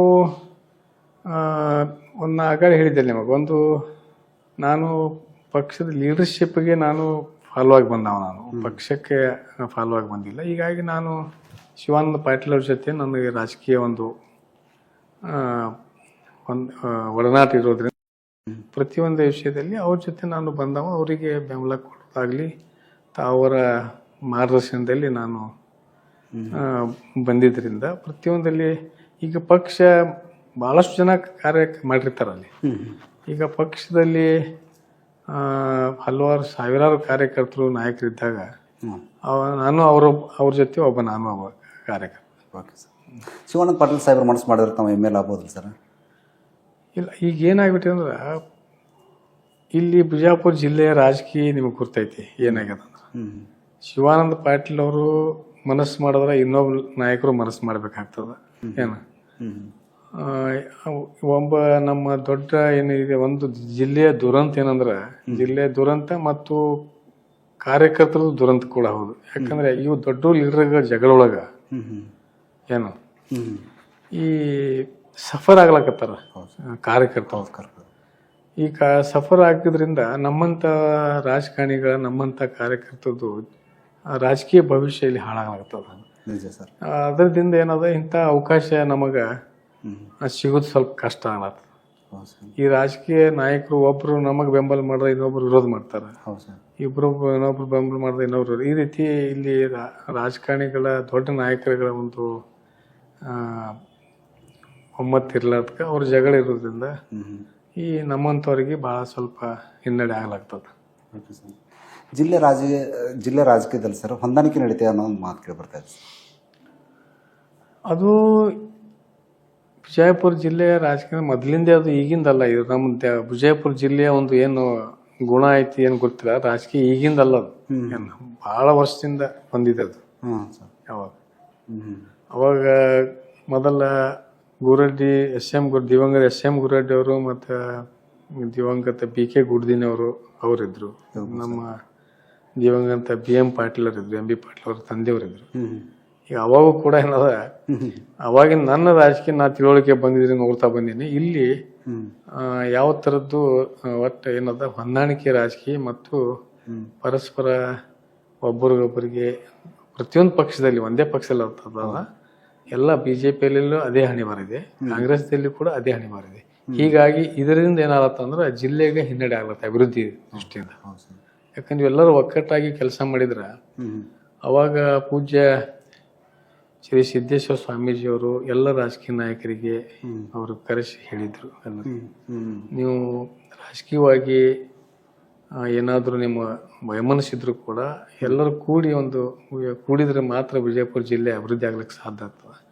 ಈ ರೀತಿಯಿಂದ ನೀವು ಎಲ್ಲ ನಿಮ್ಮ ವೈಮನಸ್ಸು ಇಟ್ಕೊಂಡು ಈ ರೀತಿ ಇರೋದ್ರಿಂದ ಈ ಜಿಲ್ಲೆಯ ಅಭಿವೃದ್ಧಿಗೆ ಸ್ವಲ್ಪ ಪೆಟ್ಟು ಬೀಳ್ತದೆ ಅಷ್ಟೇ. Okay sir. ಈ ಹಿಂದೆ ಏನು ಅಲ್ಪಸಂಖ್ಯಾತರ ಎಮ್ ಎಲ್ ಎ ಆಗಿದ್ರು ಆಗಿ ಹೋಯ್ತು. ಇನ್ನು ಬಿಜಾಪುರ ನಗರ ಕ್ಷೇತ್ರದಿಂದ ಯಾವತ್ತೂ ಮುಸ್ಲಿಂ ಅಭ್ಯರ್ಥಿ ಎಮ್ ಎಲ್ ಎ ಆಗೋದಿಲ್ಲ ನನ್ನ ಮಾತು ಸರ್? ಆಗುದಿಲ್ಲ ಏನಿಲ್ಲ, ಆಗ್ಬೋದು. ಯಾಕಂದ್ರೆ ಇಲ್ಲಿ ಆಯಾ ಸಂದರ್ಭ ಒಂದಾಗ ಕೆಲವೊಂದು ಇದು ಆಗಿರ್ತಾವ. ಈಗ ಲಾಸ್ಟ್ ಟೈಮ್ ಕೆಲವೊಬ್ರು ಏನ್ ತಿಳ್ಕೊಂಡಾರ, ಹಿಂದೂ ಹೊಟ್ಟ ಬರೇ ಇಲ್ಲಿ ಹಚ್ಚದ, ಮುಸ್ಲಿಂ ನಿತ್ರ ಹಿಂದೂ ಹಾಕುದಿಲ್ಲ, ಹಿಂದೂ ನಿತ್ರ ಮುಸ್ಲಿಂ ಹಾಕುದಿಲ್ಲ ಅಂತೇಳಿ ಅದು ಒಂದು ಏನಿದೆಯಲ್ಲ, ಅದು ಸ್ವಲ್ಪ ಅದು ನನ್ನ ಅನ್ಸು ಮಟ್ಟಿಗೆ ಅದು ತಪ್ಪು. ಯಾಕಂದ್ರೆ ಹಮೀದ್ ಮುಷ್ರಿಫ್ ಅವ್ರು ನಿಂತಾಗ ಈಗ ನಿಮಗೆ ಗುರ್ತೈತಿ, ನಾವು ಚುನಾವಣೆ ನೋಡೇವೆ. ಈಗ ಯತ್ನಾಳ್ ಅವರು ಅವ್ರು ಈಗ ಹೇಳ್ತಾರ, ನಾನು ನಿನ್ನೆ ಹೇಳಿದ್ರು ಅವರು, ನಾನು SIR ಮಾಡುವಾಗ ನಾ ಹೇಳಿನಿ ಡಿಶಿವರಿಗೆ ಇಷ್ಟು 16,000 ಹೋಟ್ ಇದು ಅದಾವ, ಬೋಗಸ್ ಮಾಡ್ಕೊಂಡಿದ್ದೈತಿ ಹೊರಗಿಂದು, ಅವೆಲ್ಲ ತೆಗಿಲಕ್ ಹೇಳಿನಿ ಅಂತಂದ್ರು. ಅವ್ರಿಗೇನು ನೈತಿಕತೆ ಏನಿಲ್ಲ ಯತ್ನಾಳ್ ಅವ್ರಿಗೆ ಏನದ. ಯಾಕಂದ್ರೆ ಅವರೇ ಸತ್ತ ಈ ವರ್ಷದ ಚುನಾವಣೆಯಲ್ಲಿ ಚಿಂಚೋಳಿಯಿಂದ ತರಿಸಿ ಬೋಗಸ್ ಓಟ್ ಮಾಡಿಸಿ ಇಲ್ಲಿ ಓಟ್ ಮಾಡಿಸಿ ಅವ್ರು ಆಯ್ಕೆ ಆಗ್ಯಾರ. ಹೌದಲ್ಲ, ಅದು ತರೋ ಅವಶ್ಯಕತೆ ಇದ್ದಿಲ್ಲಲ್ಲ. ಹಂಗಾದ್ರ ಅವ್ರ ಹಿಂದೂ ಓಟ್ ಮೇಲೆ ಭರೋಸೆ ಇಲ್ಲ ಹಂಗಾರ. ಯಾಕಂದ್ರೆ 1.5 ಲಕ್ಷ ಹಿಂದೂ ಓಟ್ ಅದ, 1 ಲಕ್ಷ ಮುಸ್ಲಿಂ ಓಟ್ ಅದ ಇಲ್ಲಿ. ಮತ್ತೆ ಅಷ್ಟು ಹೆಚ್ಚ ಓಟದೆಲ್ಲ ಅವ್ರಿಗೆ ಅಂದ್ರ ಅವ್ರಿಗೆ ಸತ್ತ ಹಿಂದೂ ಸಮಾಜದ ಮತದಾರ ಮೇಲೆ ಭರೋಸೆ ಇಲ್ಲ ಅವ್ರಿಗೆ. ಅದಕ್ಕೇನದ ಈ ರೀತಿ ಇಲ್ಲಿ ಅವ್ರ ನಿತ್ರ ಇವ್ರಿಗೆ ಅವ್ರು ಹಾಕೋ ಹಂಗೇನಿಲ್ಲ. ಜನ ಇದು ಅದಾರ. ಈಗ ಈ ರೀತಿ ಬೋಗಸ್ ಓಟ್ ಮಾಡೋದಾಗ್ಲಿ ಇಂಥ ಎಲ್ಲ ಇದು ಮಾಡೋದ್ರಿಂದ ಈ ಗಿಮಿಕ್ ಏನ ರಾಜಕೀಯ ಗಿಮಿಕ್ ಆಡಿ ಏನು ಆಯ್ಕೆ ಆಗ್ತಾರಲ್ಲ, ಅದರಿಂದ ಆಯ್ಕೆ ಆಗ್ತದೆ ಅಷ್ಟೇ. ಆದ್ರೆ ಇಲ್ಲಿ ವಿಜಯಪುರದ ಜನ, ಇಡೀ ಜಿಲ್ಲೆಯ ಜನ, ಇದು ಶಹರದಷ್ಟೇ ಅಲ್ಲ, ಸಾಕಷ್ಟು ಜನ ಮುಸ್ಲಿಂ ನಿತ್ರು ಹಿಂದೂ ಸಮಾಜದ ಹಾಕ್ತಾರ. ಇವತ್ತು ಹಿಂದೂ ನಿತ್ರಂತೂ ಮುಸ್ಲಿಮರು ಹಾಕೋತೆ ಬಂದಾರ, ಅದನ್ನ ಪ್ರಶ್ನೆ ಇಲ್ಲ. ಹೌದು. ಯತ್ನಾಳ್ ಅವ್ರು ಏನಂತಾರೆ ಸರ್, ನಮ್ಮ ಮುಸ್ಲಿಮರ ಓಟನ ಬೇಡ ಶಾಸಕರಾಗಿ ಅಂತ ಮಾತು ಸರಿ. ಈಗ ಅವ್ರ ಯತ್ನಾಳ್ ಅವ್ರ ಬಗ್ಗೆ ನನ್ನಷ್ಟು ಅವ್ರ ಬಗ್ಗೆ ತಿಳಿದವರು ಅಲ್ಪಸಂಖ್ಯಾತರ ನಾಯಕರಲ್ಲಿ ಆಗಲಿ ಅಲ್ಪಸಂಖ್ಯಾತರ ಸಮಾಜದಲ್ಲಿ ಯಾರೂ ಇಲ್ಲ. ಯಾಕಂದ್ರೆ ನನ್ನ ಜೊತೆ ಅವರು ರಾಜಕೀಯ ಒಡನಾಟದವ್ರು ನಾವು ಬಂದವ. ಅವರು ನಾನು ಅವ್ರ ಕೂಡ ಅವಾಗೇ ರಾಜಕೀಯ ಪ್ರಾರಂಭ ಮಾಡಿದ್ರು. ಅವರು BJPಯಲ್ಲಿ ಪ್ರಧಾನ ಕಾರ್ಯದರ್ಶಿ ಆಗಿ ಕೆಲಸ ಮಾಡಿದವರು. ನಾನು ಅವಾಗ ಜನತಾ ಪ್ರಧಾನಕ್ಕೆ ಬಂದಿದ್ದೆ. ಅವರು ಅವಾಗ ನಗರ ಶಾಸಕ ಆದಾಗ ನಮ್ಮ ಸಮಾಜದವರೇ ಸಾಕಷ್ಟು ಜನ ವೋಟ್ ಹಾಕ್ತಿದ್ರು, ಆಚೆ ಬಂದಾರ. ಅವಾಗ ಆ ರೀತಿ ಇದ್ದಿಲ್ಲ. 2 ಸಲ ಸಂಸದರಾದ್ರು ಕೂಡ ಅಲ್ಪಸಂಖ್ಯಾತರು ಸಾಕಷ್ಟು ಮತ ಅವ್ರಿಗೆ ಹಾಕಿದ್ದಾರೆ. ಈಗ ಇತ್ತಿತ್ತಲಾಗಿ ಅವರು ಈ ರೀತಿ ಯಾಕಾದ್ರೂ ಅರ್ಥ ಆಗಿಲ್ಲ ಭಾಳ. ಯಾಕಂದ್ರೆ ಅವ್ರಿಗೆ ಏನಾಗ್ಬಿಡ್ತು, ಈ ರೀತಿ ಮಾಡಿದ್ರೆ ನಾ ಮುಂದೆ ಮುಖ್ಯಮಂತ್ರಿ ಆಗ್ತೀನಿ ಅಂತ ತಿಳ್ಕೊಂಡಾರ ಅವರು. ಹಂಗಿಲ್ಲ. ಅದು ಉತ್ತರ ಪ್ರದೇಶ ಯೋಗಿ ಇದನ್ನೇ ಬೇರೆ, ಇಲ್ಲಿ ಕರ್ನಾಟಕದಾಗ್ಲಿ ವಿಶೇಷವಾಗಿ ವಿಜಯಪುರದ ಜಿಲ್ಲೆಯ ನಗರದ ಮತದಾರರೇ ಬೇರೆ. ಇಲ್ಲಿ ಆ ರೀತಿ ಒಂದು ಜಾತಿ ಮೇಲೆ ಅಥವಾ ಇದೇನ್ರದೆ ಯುವಕರಿಗೆ ವಿಷಯ ಬೀಜ ಹಾಕಿ ಏನ್ರಿ ಒಂದು ಸ್ವಲ್ಪ ಬೇರೆ ಬೇರೆ ಹಿಂದೂ ಮುಸ್ಲಿಂ ಮಾಡಿ ಬರ್ಬೇಕನ್ನೋದು ಅದೊಂದು ಇದು ಐತಿ. ಆದ್ರೂ ಆಗೋಲ್ಲ ಈ ಸಲ. ಯಾಕಂದ್ರೆ ಅವ್ರಿಗೆ ಹಂಗಿತ್ತಂದ್ರ ಓಟ್ ಅವ್ರು ಹೇಳ್ತಾರ ಹಿಂದೂ ಮುಸ್ಲಿಂ ನನಗೆ ಓಟ್ ಬೇಡ ಅಂದ್ರೆ ಅದು ಹಂಗಿರುದಿಲ್ಲ. ಅದು ಈಗ ಅವರು BJP ಪಕ್ಷಕ್ಕಿಂತ ಹೊರಗೆ ಹಾಕ್ಯಾರ. ಈಗ ಮುಂದೆ ಪಕ್ಷೇತರಾಗಿ ನಿಂದಿರ್ಲಿಲ್ಲ ಅವ್ರು ಸಾಮರ್ಥ್ಯ. ಯಾಕಂದ್ರೆ ಗೊತ್ತಾಗ್ತಾವ ಈಗ ನಿತ್ಯ ಆಸೆ ಬರ್ಲಿಲ್ಲ. JCP ತನತಾರಲ್ಲ ಸರ್, ಏನು JCP ಪಕ್ಷ ಅದೇ ನಿಂದ್ರಿ. ಆ JCB ಬಂದಲ್ಲ, ಅದು JCB ಏನದಲ್ಲ, ಅವ್ನು ತನ್ನ ಸಮಾಧಿ ಹಡ್ಕೊಳಕ್ಕೆ JCB ತಗೊಂಡ್ ಬರ್ಲತ್ತಾನ ಅಷ್ಟೇ. ತನ್ನ ಸ್ವಂತ ತಂದೆ ಆದಂತ ಸಮಾಧಿ. ಈಗ JCB ಬಹಳಷ್ಟು ಉದಾಹರಣೆಗಳು ನೋಡೇ ನಾವು. JCBಗಳು ಮಾಲಕರು ಅದೇ JCBಯಿಂದ ಸಮಾಧಿ ಹಟ್ಟಿದ್ದ ನಾವು ನೋಡೇವು ಬಹಳಷ್ಟು ಕಡೆ ನಮ್ ಕಣ್ಣು ಮುಂದ.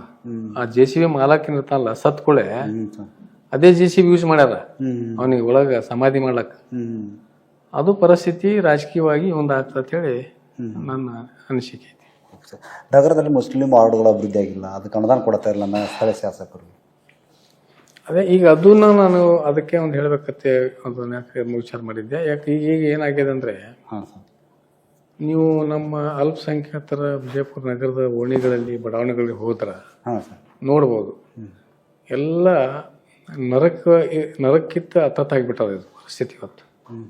ಯಾಕಂದ್ರೆ ಮೊದಲ BJP ಸರ್ಕಾರ ಇದ್ದಾಗ ಹಿಂದಿನ ಶಾಸಕ ಯತ್ನಾಳ್ ಅವರು ಅವಾಗ ಇವ್ರು ನಮ್ಮ ಮುಸ್ಲಿಮನ್ನ ಓಟ್ ಹಾಕಿಲ್ಲ ಅಂತ ಹೇಳಿ ಅವರು ನಿರ್ಲಕ್ಷ್ಯ ಮಾಡಿದ್ರು. ಈಗ ಬಂದು 2.5 ವರ್ಷ ಕಾಂಗ್ರೆಸ್ ಸರ್ಕಾರ ಬಂತದ, ಇಲ್ಲಿ ನಮ್ದು ಶಾಸಕ ಇಲ್ಲ. ಆದ್ರೂ ಏನದ ನಮ್ಮ ಸರ್ಕಾರ ಇದ್ರು ಕೂಡ ಈಗ 2.5 ವರ್ಷ ಗತಿಸಿದ್ರು ಕೂಡ ಅಲ್ಪಸಂಖ್ಯಾತರ ಪರಿಸ್ಥಿತಿ ಬಹಳ ಗಂಭೀರ ಐತಿ ವಿಜಯಪುರ ನಗರ. ನಮ್ಮ ಬಡಾವಣೆ ಹೋದ್ರೆ ಒಂದು ರಸ್ತೆ ಸರಿ ಇಲ್ಲ, ಒಂದು ನೀರಿನ ತೊಂದರೆ ಇದೆ. ಅಂದ್ರೆ ಈಗ ನಾನು ಈ ನಿಮ್ಮ ಒಂದು ವಾಹಿನಿಯ ಮುಖಾಂತರ ಮಾನ್ಯ ಜಿಲ್ಲಾ ಉಸ್ತುವಾರಿ ಸಚಿವರಿಗೆ ಒಂದು ಮನವಿ ಏನು ಮಾಡ್ತೀನಿ ಅಂದರೆ, ಅವರು ಕೈಗಾರಿಕೆ ಜೊತೆ ಮೂಲ ಅಭಿವೃದ್ಧಿ ಮೂಲ ಸೌಕರ್ಯ ಅಭಿವೃದ್ಧಿ ಸಚಿವರು ಕೂಡ ಅದಾರ. ಆ ಮೂಲ ಅಭಿವೃದ್ಧಿ ಸಚಿವರು ಇರೋದ್ರಿಂದ ಈಗ ನಮ್ಮ ನಗರಕ್ಕೇನದ ಅವ್ರ ಜಿಲ್ಲಾ ಉಸ್ತುವಾರಿ ಸಚಿವರು ನಮ್ಮ ಜಿಲ್ಲೆಗಿದ್ದಾರ, ನಮ್ಮ ನಗರದಲ್ಲಿದ್ದಾರ. ಅದ್ರ ಜೊತೆಗೆ ಒಂದು ಮೂಲ ಸೌಕರ್ಯ ಅಭಿವೃದ್ಧಿ ಸಚಿವರು ಕೂಡ ಇರೋದ್ರಿಂದ ಅವರಾಗಲಿ ಅವರು ತಮ್ಮ ಖಾತೆಯಿಂದ ಅವರ ಒಂದು ಬಜೆಟ್ ತಂದು, ವಿಶೇಷವಾದ ಬಜೆಟ್ ತಂದು, ಈ ಎಲ್ಲಿ ಯತ್ನಾಳ್ ಅವರೇನು ನಿರ್ಲಕ್ಷ್ಯ ಮಾಡಿದ್ದಾರೆ ಅಲ್ಪಸಂಖ್ಯಾತರ ಬಡಾವಣೆಗಳಲ್ಲಿ ಕಡೆಗಣಿಸ್ಯಾರ, ಅದು ಸ್ವಲ್ಪ ಮುತುವರ್ಜಿ ವಹಿಸಿ ಏನೇನು ಅವಶ್ಯಕತೆ ಐತಿ ತಮ್ಮ ಒಂದು ಇಲಾಖೆಯಿಂದ ತಕ್ಷಣದಿಂದ ಏನದ ಅದು ಅಭಿವೃದ್ಧಿ ಪಡಿಸಬೇಕಂತ ಹೇಳಿ ನಿಮ್ಮ ವಾಹಿನಿ ಮುಖಾಂತರ ಮಾನ್ಯ ಜಿಲ್ಲಾ ಉಸ್ತುವಾರಿ ಸಚಿವರಿಗೆ ನಾನು ವಿನಂತಿ ಮಾಡ್ತೀನಿ. Okay sir.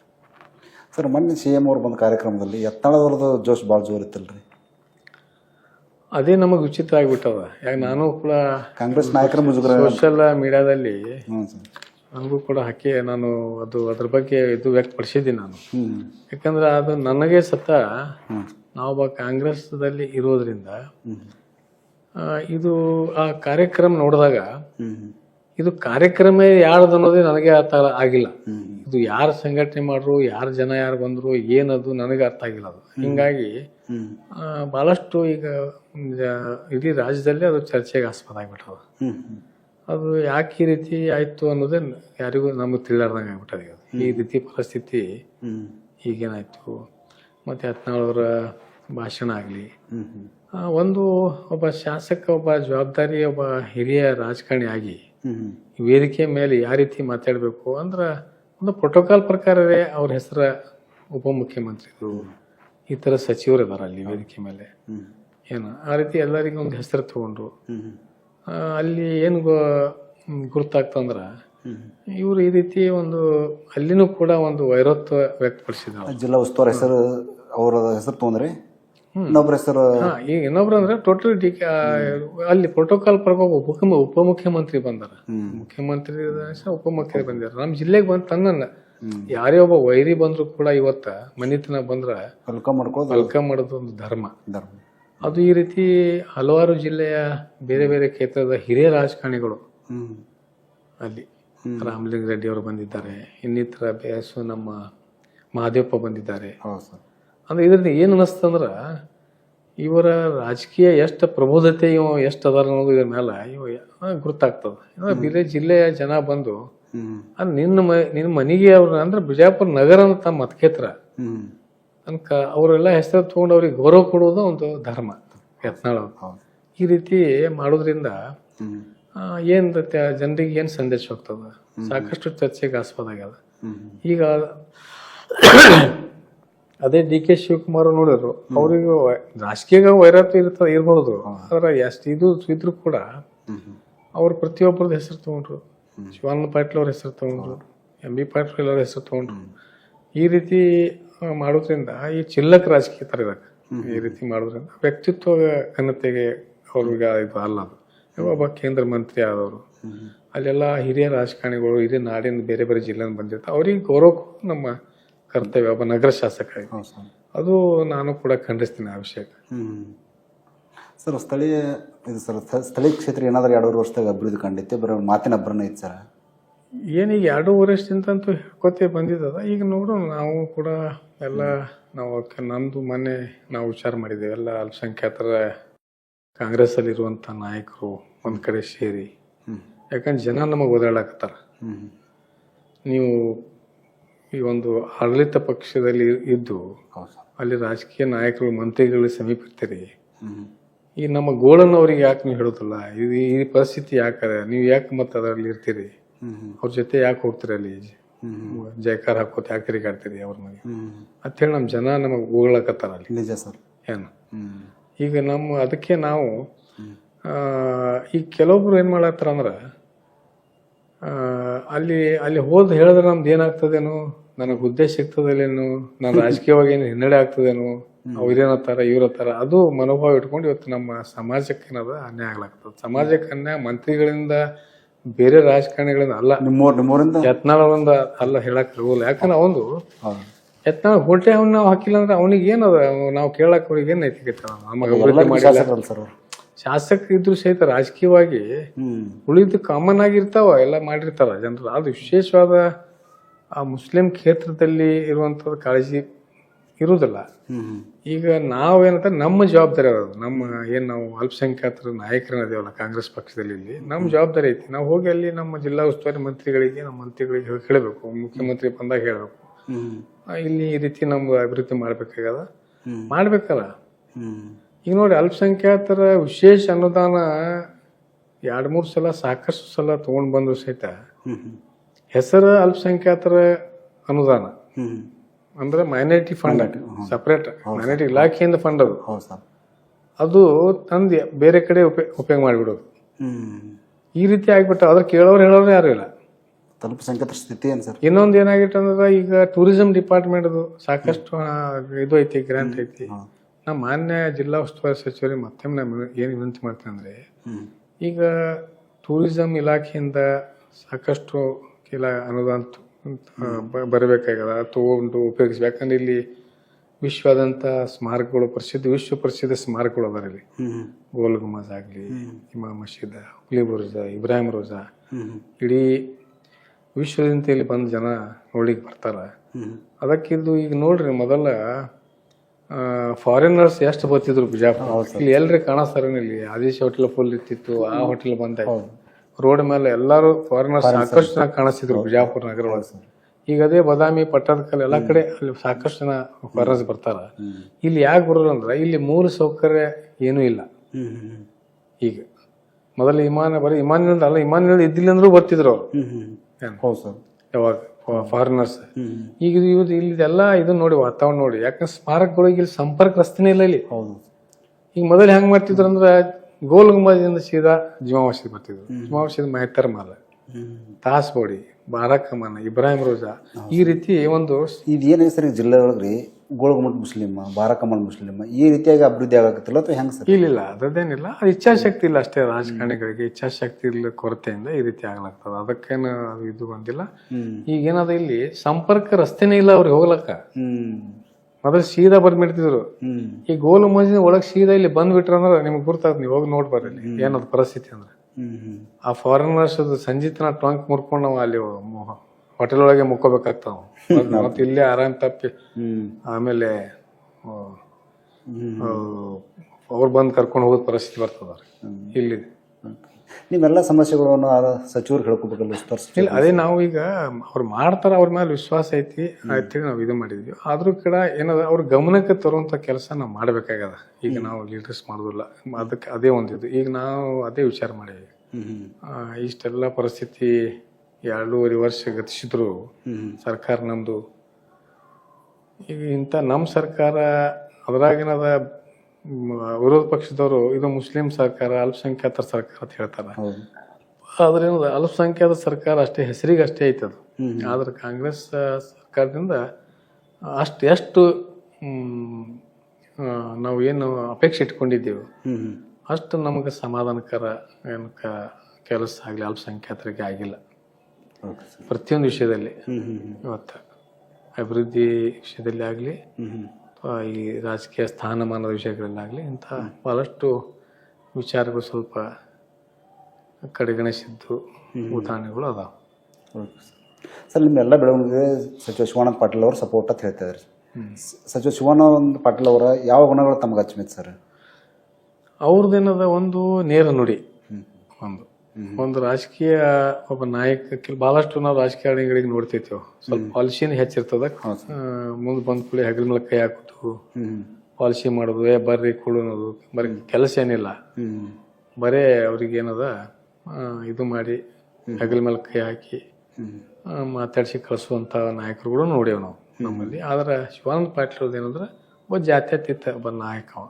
ಮೊದ್ಲಿಂದ ಅವರು ಫಾದರ್ ಇಟ್ಕೊಂಡೆ ಮೊದ್ಲಿಂದ ಅವರು ಒಂದು ಜಾತ್ಯತೀತವಾಗಿ ಎಲ್ಲ ವರ್ಗದ ಜನರ ಜೊತೆ ತಮ್ಮ ಬಾಂಧವ್ಯವಾಗ್ಲಿ ಕೆಲಸ ಮಾಡೋದಾಗ್ಲಿ ತಾವಾದ ಅಭಿವೃದ್ಧಿ ಪರ ಒಂದು ರಾಜಕಾರಣಿ. ಇಡೀ ಮೊಟ್ಟ ಮೊದಲಿಗೆ ಶ್ರೇಷ್ಠ ಶಾಸಕ ಅಂತೇಳಿ ಅವರಿಗೆ ಪ್ರಶಸ್ತಿ ತಗೊಂಡಿರೋದಾರ. ಮತ್ತು ಯಾವುದೇ ಒಂದು ಆಡಳಿತ ದೃಷ್ಟಿಯಿಂದ ಇರಲಿ, ಪ್ರತಿಯೊಂದು ವಿಷಯದಲ್ಲಿ ಏನದ ಅವರು ತಮ್ಮದೇ ಆದಂಥ ಒಂದು ಛಾಪನ್ನು ಈ ನಾಡಿನಲ್ಲಿ ಮೂಡ್ಸ್ಯಾರ. ಒಂದು ನಾ ಹೇಳ್ದಲ್ಲ, ನೇರ ನುಡಿ, ಜಾತ್ಯತೀತ ಮನೋಭಾವ ಮತ್ತು ಅಭಿವೃದ್ಧಿ ಪರ ಚಿಂತಕ, ಇಂಥ ಹಲವಾರು ಅವರ ಮತ್ತು ಸಹಕಾರಿ ರಂಗದಲ್ಲಿ ಸಾಕಷ್ಟು ತಮ್ಮದೇ ಆದಂಥ ಒಂದು ಸೇವೆ. ಈಗ ನಾವು ಉದಾಹರಣೆಗಾಗಿ DCC ಬ್ಯಾಂಕ್ ನೋಡಿರ್ಬೋದು. ಈಗ ಮೊದಲು DCC ಬ್ಯಾಂಕ್ ಇಲ್ಲಿತ್ತು ಜಿಸ್ತಾಕಿ ಮುಂದೆ. ಈಗ ಇಡೀ ಜಿಲ್ಲೆಯಲ್ಲಿ ಪ್ರತಿಯೊಂದು ತಾಲೂಕಿನಲ್ಲಿ ಪ್ರತಿಯೊಂದು ಬ್ರಾಂಚ್ಗಳಲ್ಲಿ ಒಂದು ಹೊಸ ಕಟ್ಟಡ ಆಗ್ಯದ. ಮತ್ತು ರೈತರಿಗೆ ಸಾವಿರಾರು ರೈತರಿಗೆ ಅನುಕೂಲ ಆಗ್ಯದ. ಮತ್ತು ರಾಜ್ಯದಲ್ಲಿ ಕೇಂದ್ರದಿಂದ ಪ್ರಶಸ್ತಿ ಪ್ರತಿ ವರ್ಷ ಪಡ್ಕೊಂಡು ಬರ್ತಾ ಇದ್ದಾರೆ. ಮತ್ತು ಹಲವಾರು ಯೋಜನೆಗಳನ್ನು ರೈತರಿಗಾಗಿ ಅನುಕೂಲ ಮಾಡುವಂಥ ಕೆಲಸ ಮಾಡ್ಕೊಂಡು ಬಂದಿದ್ದಾರೆ. ಮತ್ತು ವಿಷಯ ಅವರು ಕ್ಷೇತ್ರದಲ್ಲಿ ಕೂಡ ಬಹಳಷ್ಟು ಅಭಿವೃದ್ಧಿ ಮಾಡ್ಯಾರ. ಈಗ ತಾವು ನೋಡಿರ್ಬೇಕು, ಈಗ ಮೊನ್ನೆ ವೈದ್ಯಕೀಯ ಕಾಲೇಜು, ಸರ್ಕಾರಿ ವೈದ್ಯಕೀಯ ಕಾಲೇಜ್ ಬಗ್ಗೆ ಅವರ ಶ್ರಮ ಕೂಡ ಬಹಳ ಇದೆ, ತಮಗೆ ಗೊತ್ತೈತೆ. ಯಾಕಂದ್ರೆ BJP ಸರ್ಕಾರ ಇದ್ದಾಗ ಕೂಡ ಅವರು ತಮ್ಮದೇ ಆದಂಥ ಒಂದು ಪ್ರಸ್ತಾಪ, ಅವ್ರೇನು PPP ಮಾಡೆಲ್ ಮಾಡ್ಬೇಕಂತೇಳಿ BJP ಸರ್ಕಾರ ತಂದಾಗ ಅದಕ್ಕೆ ವಿರೋಧ ವ್ಯಕ್ತಪಡಿಸಿ ಅದು ಅಲ್ಲೇ ಅದು ತಿದ್ದುಪಡಿ, ಅವರು ಏನು ಹೇಳಿಕೆ, ಮಂತ್ರಿಗಳ ಹೇಳಿಕೆಯನ್ನು ತಿದ್ದುಪಡಿಸುವಂಥ ಕೆಲಸ ಅಧಿವೇಶನದಲ್ಲೇ ಮಾಡಿದ್ದಾರೆ. ಅದ್ರ ಜೊತೆಗೆ ಅವ್ರ ಆರೋಗ್ಯ ಸಚಿವರಿದ್ದಾಗ ಏನು ಒಂದು ಸರ್ಕಾರಿ ವೈದ್ಯಕೀಯ ಕಾಲೇಜ್ ಒಂದು ಮುಂದಿನ ವಿಷನ್ ಇಟ್ಕೊಂಡ್ರು, ಇಲ್ಲಿ ಏನೇನು ಅವಶ್ಯಕತೆ ಐತಿ ಇಲ್ಲಿ ಅದು ಮುಂಚೆನೆ ಅವ್ರು ಮಾಡಿ ಇಟ್ಟಿರೋಗ್ಯಾರ. ಪ್ರತಿಯೊಂದು ಇವತ್ತು ಯಾವುದೇ ಒಂದು ದೊಡ್ಡ ಆಸ್ಪತ್ರೆಗಳಿಗೆ ಅಂತ ಇದು ಸಿಗೋದಿಲ್ಲ. ಈ ಟ್ರಾಮಾ ಸೆಂಟರ್ ಆಗಲಿ, ಹೌದು ಸರ್. ದೊಡ್ಡ ದೊಡ್ಡ ವಿಷಯ MRI ಆಗಲಿ, ಒಂದು ಆ ಜಾಗದು ಕೂಡ ಒಂದು 150 ಎಕರೆ 150 ಎಕರೆ ಇಡೀ ರಾಜ್ಯದಲ್ಲಿ ಯಾವ ಸರ್ಕಾರಿ ಆಸ್ಪತ್ರೆಗಳಿಲ್ಲ, ಸರ್ಕಾರಿ ವೈದ್ಯಕೀಯ ಕಾಲೇಜ್ ಸಿಕ್ಕಿಲ್ಲ. ಅಂತ ಒಂದು ಆ ಜಾಗನ ಕೂಡ ಸರ್ಕಾರಿ ವೈದ್ಯಕೀಯ ಕಾಲೇಜ್ಗೆ ಏನೋ ಒಂದು ಮಾಡಿಕೊಟ್ರು. ಇಂಥವು ಕೆಲಸಗಳು ಸಾಕಷ್ಟು ಮಾಡ್ಯಾರ. ಅವರು ನಗರಸಭೆ ಅಧ್ಯಕ್ಷ ಇದ್ದಾಗ ಕೂಡ ವಿಜಯಪುರಕ್ಕೆ ಸ್ಟೇಡಿಯಂ ಆಗಲಿ, ಶಾಸ್ತ್ರಿ ಮಾರ್ಕೆಟ್ ಆಗಲಿ, ಅಥವಾ ಬಹಳಷ್ಟು ಇಲ್ಲಿ ವಿಜಯಪುರ ನಗರದಲ್ಲಿ ಅಭಿವೃದ್ಧಿ ಕೆಲಸ ಅವರು ನಗರಸಭೆ ಅಧ್ಯಕ್ಷ ಇದ್ದಾಗ ಕೂಡ ಭಾಳ ಮಾಡ್ಯಾರ. ಮೊದಲು ಅದು ಆದ ನಂತರ ತಿಕೋಟಾಗಿ 2 ಸಲ ಶಾಸಕ ಇದ್ದಾಗ ಅಲ್ಲಿ ಕೂಡ ಅಭಿವೃದ್ಧಿನ, ಯಾಕಂದ್ರೆ ನಾನು ತಾಲೂಕ್ ಪಂಚಾಯತ್ ಅಧ್ಯಕ್ಷ, ಅವ್ರ ಜೊತೆ ಅವ್ರ ಶಾಸಕರಿದ್ದಾಗ ನೋಡ್ತಾ ಬಂದಿದ್ದೀನಿ. ಎಲ್ಲ ಜನರ ಕೆಲಸ ಮಾಡಿ ಅಭಿವೃದ್ಧಿ ಕೆಲಸ ಮಾಡುವಂಥ ಒಬ್ಬ ವ್ಯಕ್ತಿ ಅವರು, ರಾಜಕಾರಣಿ. Okay sir. ಸರ್, ಇತ್ತಿತ್ತಲ ತಾವು ಹೋರಾಟಕ್ಕಿಂತ ರಾಜಕೀಯದಲ್ಲಿ ಹೆಚ್ಚು ಕಾಣ್ತಾ ಇದ್ರಿ? ಇಲ್ಲ, ಹಾಗೇನಿಲ್ಲ. ಹೋರಾಟ ಕೆಲವೊಂದು ಸಂದರ್ಭ ಒಳಗೆ ಹೋರಾಟ ನಾವು ಮಾಡ್ತಾ ಬಂದೀವಿ. ಯಾವ ವಿಷಯ ಇದ್ದಾಗ ಅಷ್ಟೇ ಮಾಡ್ತೀನಿ. ನಾವು ಉಳ್ಕಿದ ಟೈಮ್ಗೆ ಏನದ ವಿಷಯ ಇರ್ಬೇಕು, ಅದಕ್ಕೆ ಇಂಪಾರ್ಟೆಂಟ್ ವಿಷಯ ಇರಬೇಕು. ಈಗ ವೈದ್ಯಕೀಯ ಕಾಲೇಜ್, ಸರ್ಕಾರಿ ವೈದ್ಯಕೀಯ ಕಾಲೇಜ್ ಅಲ್ಲಿ ಹೋಗಿ ಬೆಂಬಲ ಕೊಟ್ಟಿದ್ದದ. ಮತ್ತು ನಗರ ಶಾಸಕ ಹೋರಾಟಗಾರರಿಗೆ ಪೇಮೆಂಟ್ ಗಿರಾಕಿ ಅಂತ ಹೇಳಿದ ತಕ್ಷಣ ಒಂದು ಮಾಧ್ಯಮಗೋಷ್ಠಿ ಮಾಡಿ ಅದಕ್ಕೆ ಉತ್ತರ ಕೊಟ್ಟು ಅದಕ್ಕೆ ಕಂಟಿನ್ಯೂ ಮಾಡಿವು ನಮ್ಮ ಇದರಿಂದ. ಮತ್ತು ಈಗಾಗಲೇ ಏನದ, ಈಗ ನಿನ್ನೆ ಕನ್ನಡ ಸಾಹಿತ್ಯ ಪರಿಷತ್ ಪೂರ್ವಭಾವಿ ಸಭೆ ಇತ್ತು ಇಲ್ಲಿ ತಾಲೂಕಾ ಕನ್ನಡ ಸಾಹಿತ್ಯ ಸಮ್ಮೇಳನ. ನಿನ್ನೆ ಅಲ್ಲಿ ಭಾಗಿಯಾಗಿದ್ದೀನಿ. ಮತ್ತು ಇಲ್ಲಿ ಇಂಥವು ಏನ್ರಿ ಕನ್ನಡ ಪರ ಸಂಘಟನೆಗಳು ಕನ್ನಡದ ಬಗ್ಗೆ ಆಗಲಿ, ನಾಡಿನ ಬಗ್ಗೆ ಏನು ವಿಷಯ ಬಂದಾಗ ನಾವು ಅದ್ರ ಬಗ್ಗೆ ಚರ್ಚೆ ಮಾಡ್ತೀವಿ. ಸಭೆಗೂ ಮೊನ್ನೆ ಬೆಂಗಳೂರು ಜಿಲ್ಲಾ ಅಧ್ಯಕ್ಷರ ಸಭೆ ಇತ್ತು ನಾರಾಯಣಗೌಡ, ಅಲ್ಲಿ ಹೋಗಿ ಸಭೆಗೆ ಹೋಗಿ ಬಂದೀನಿ. ಹಿಂಗೆ ಏನದ ವಿಷಯ ಇದ್ದಾಗ, ಇಂಪಾರ್ಟೆಂಟ್ ವಿಷಯ ಬಂದಾಗ ಅದಕ್ಕೆ ನಾವು ಹೋರಾಟ ಅನಿವಾರ್ಯ ಆಗ್ತದೆ. ಅವಾಗ ಹೋರಾಟ ಮಾಡ್ತೀವಿ. ಯಾಕಂದ್ರೆ ಇಲ್ಲಿ ನಾವು ಯಾಕೆ ಹೆಚ್ಚು ನಾವು ಈ ಇದರಲ್ಲಿ ಭಾಗಿಯಾಗಿಲ್ಲ ಅಂದ್ರೆ, ಅದೊಂದು ರಾಜಕೀಯ ಬಣ್ಣ ಅಲ್ಲಿ ಬರ್ಲಾಕತ್ತಿತ್ತು. ಅದು ಈಗಾಗಲೇ ಅವ್ರು ಹೇಳ್ದಲ್ಲ, ಯತ್ನಾಳ್ ಶಿವ ಅವರು ಅಂದ್ರೆ ನಮ್ಮ ಉಳುಕಿದ ಕೆಲವು ರಾಜಕಾರಣಿಗಳಿಗೆ ಶಿವಾನಂದ ಪಾಟೀಲ್ ಅವರೇ ಕೂಡ್ಸ್ಯಾರ. ಈಗ ಶಿವಾನಂದ ಪಾಟೀಲ್ ಅವರೇ ಮಾಡ ಅದು ಆಕ್ಚುಲಿ ಅವ್ರು ಕೂಡಿಸಿದವರಲ್ಲ, ಹೇಳಿದವರಲ್ಲ ಅದ್ರ ಬಗ್ಗೆ. ಈಗ ನಾ ಅದಕ್ಕೆ ಅಲ್ಲಿ ಹೋಗಿ ಇಂಡೈರೆಕ್ಟ್ ಬರ್ಲಾಗ್ತಿತ್ತು. ನಾನು ಅದನ್ನು ಒಂದು ವಿಚಾರ ಮಾಡಿದೆ. ಯಾಕಂದ್ರೆ ಇದು ಹೋಗಿ ಆ ಹೋರಾಟ ಮಾಡೋರಿಗೆ ಆ ಹೋರಾಟಕ್ಕೆ ಒಂದು ನುಕ್ಸಾನ್ ಆಗಬಾರ್ದು, ಅದರಿಂದ ಬೇರೆ ಒಂದು ಇದು ಬರಬಾರ್ದು, ಸಂದೇಶ ಹೋಗ್ಬಾರ್ದು. ಅದಕ್ಕೆ ನಾನು ಈಗ ನಾ ಹೋಗಲ್ಲಿ ಕೂತಂದ್ರೆ ನಂದೊಂದು ಶಿವಾನಂದ ಪಾಟೀಲ್ ಒಬ್ಬ ಮನುಷ್ಯ ಅನ್ನೋದು ಒಂದು ಇದು ಐತಿ. ನಾವು ಈಗ ಸಂಘಟನೆ ದೃಷ್ಟಿಯಿಂದ ನಾವು ಹೋಗಿ ಬೆಂಬಲ ಕೊಟ್ಟೀನಿ, ಭಾಷಣ ಮಾಡೀನಿ, ಎಲ್ಲ ಮಾಡೀನಿ, ಪತ್ರಿಕೆ ಮಾಡೀನಿ, ನಮ್ ಬೆಂಬಲ ಐತಿ. ನಾವು ಅವ್ರ ಸಭೆಗಳು 2-3 ಸಲ ಸಭೆ ಇದ್ದಾಗ ಹೋಗಿನಿ. ಆದ್ರೆ ನಾವು ಮುಂಚೂಣಿನಲ್ಲಿ ಭಾಳ ಹೋರಾಟ ಒಳಗ ಈ ತರ ನಾವು ಹೋದಂದ್ರ ನಾವು ಬೇರೆ ಕನ್ನಡ ಸಂಘಟನೆಗಳು ಹೇಳಿದೆವು, ನಿಮ್ ಜೊತೆ ನಮ್ ಬೆಂಬಲದಪ್ಪ, ನೀವ್ ಏನ್ ಬೇಕು, ಯಾವ ಬೇಕಾದ ಏನಿದ್ರು ನಾವು ಇರ್ತೇವೆ ಅಂತ ಹೇಳಿವು. ಈ ರೀತಿ ಒಂದು ಅದಕ್ಕೊಂದು ಹೋರಾಟಕ್ಕೆ ಇದಕ್ಕೆ ಒಂದು ತಪ್ಪು ಇದು ಹೋಗ್ಬಾರ್ದು ಹೇಳಿ ಶಿವಾನಂದ ಪಾಟೀಲ್ ಅವ್ರ ಲೇಬಲ್ ನಮ್ಮ ಮೇಲೆ ಇರೋದ್ರಿಂದ ಅದಕ್ಕೊಂದು ಉದ್ದೇಶಪೂರ್ವಕ ಅವ್ರು ಮೊದಲೇ ಅವ್ರೇನು ಹೇಳ್ತಾರೆ ಅದಕ್ಕೊಂದು ಇದು ಆಗಬಾರ್ದು. ನಾನು ಅಷ್ಟು ಹೆಚ್ಚು ಇದರಲ್ಲಿ ಮುಂಚೂಣಿಲಿ ಇಲ್ಲ. ಕೊನೆಯದಾಗಿ ಸರ್, ಬರುವ 2028 ಚುನಾವಣೆಗೆ ನಾವು ಸ್ಥಳೀಯ ಕ್ಷೇತ್ರದಿಂದ ಟಿಕೆಟ್ ಆಕಾಂಕ್ಷೆ ಆಗಿರ್ಬೋದಲ್ಲ ಸರ್? ಅಲ್ಲಿ ನೋಡೋಣ, ಚುನಾವಣೆ ಬಂತ ಸಂದರ್ಭ ಒಳಗೆ ಅವಾಗ ಏನೇನು ಡೆವಲಪ್ಮೆಂಟ್ ಆಗ್ತಾವ ಅದು ಅದ್ರ ಬಗ್ಗೆ ಬಂದಾಗ ಅದ್ರ ಬಗ್ಗೆ ವಿಚಾರ ಮಾಡೋಣ. ಈಗೇನಿಲ್ಲ ಸರ್. ಕೊನೆಯದಾಗಿ ನಮ್ಮ ವಾಹಿನಿ ಮೂಲಕ ಜನತೆಗೆ ತಮ್ಮ ಮನವಿ ಏನು ಸರ್? ಇಲ್ಲ, ಜನತೆಗೆ ಎಲ್ಲ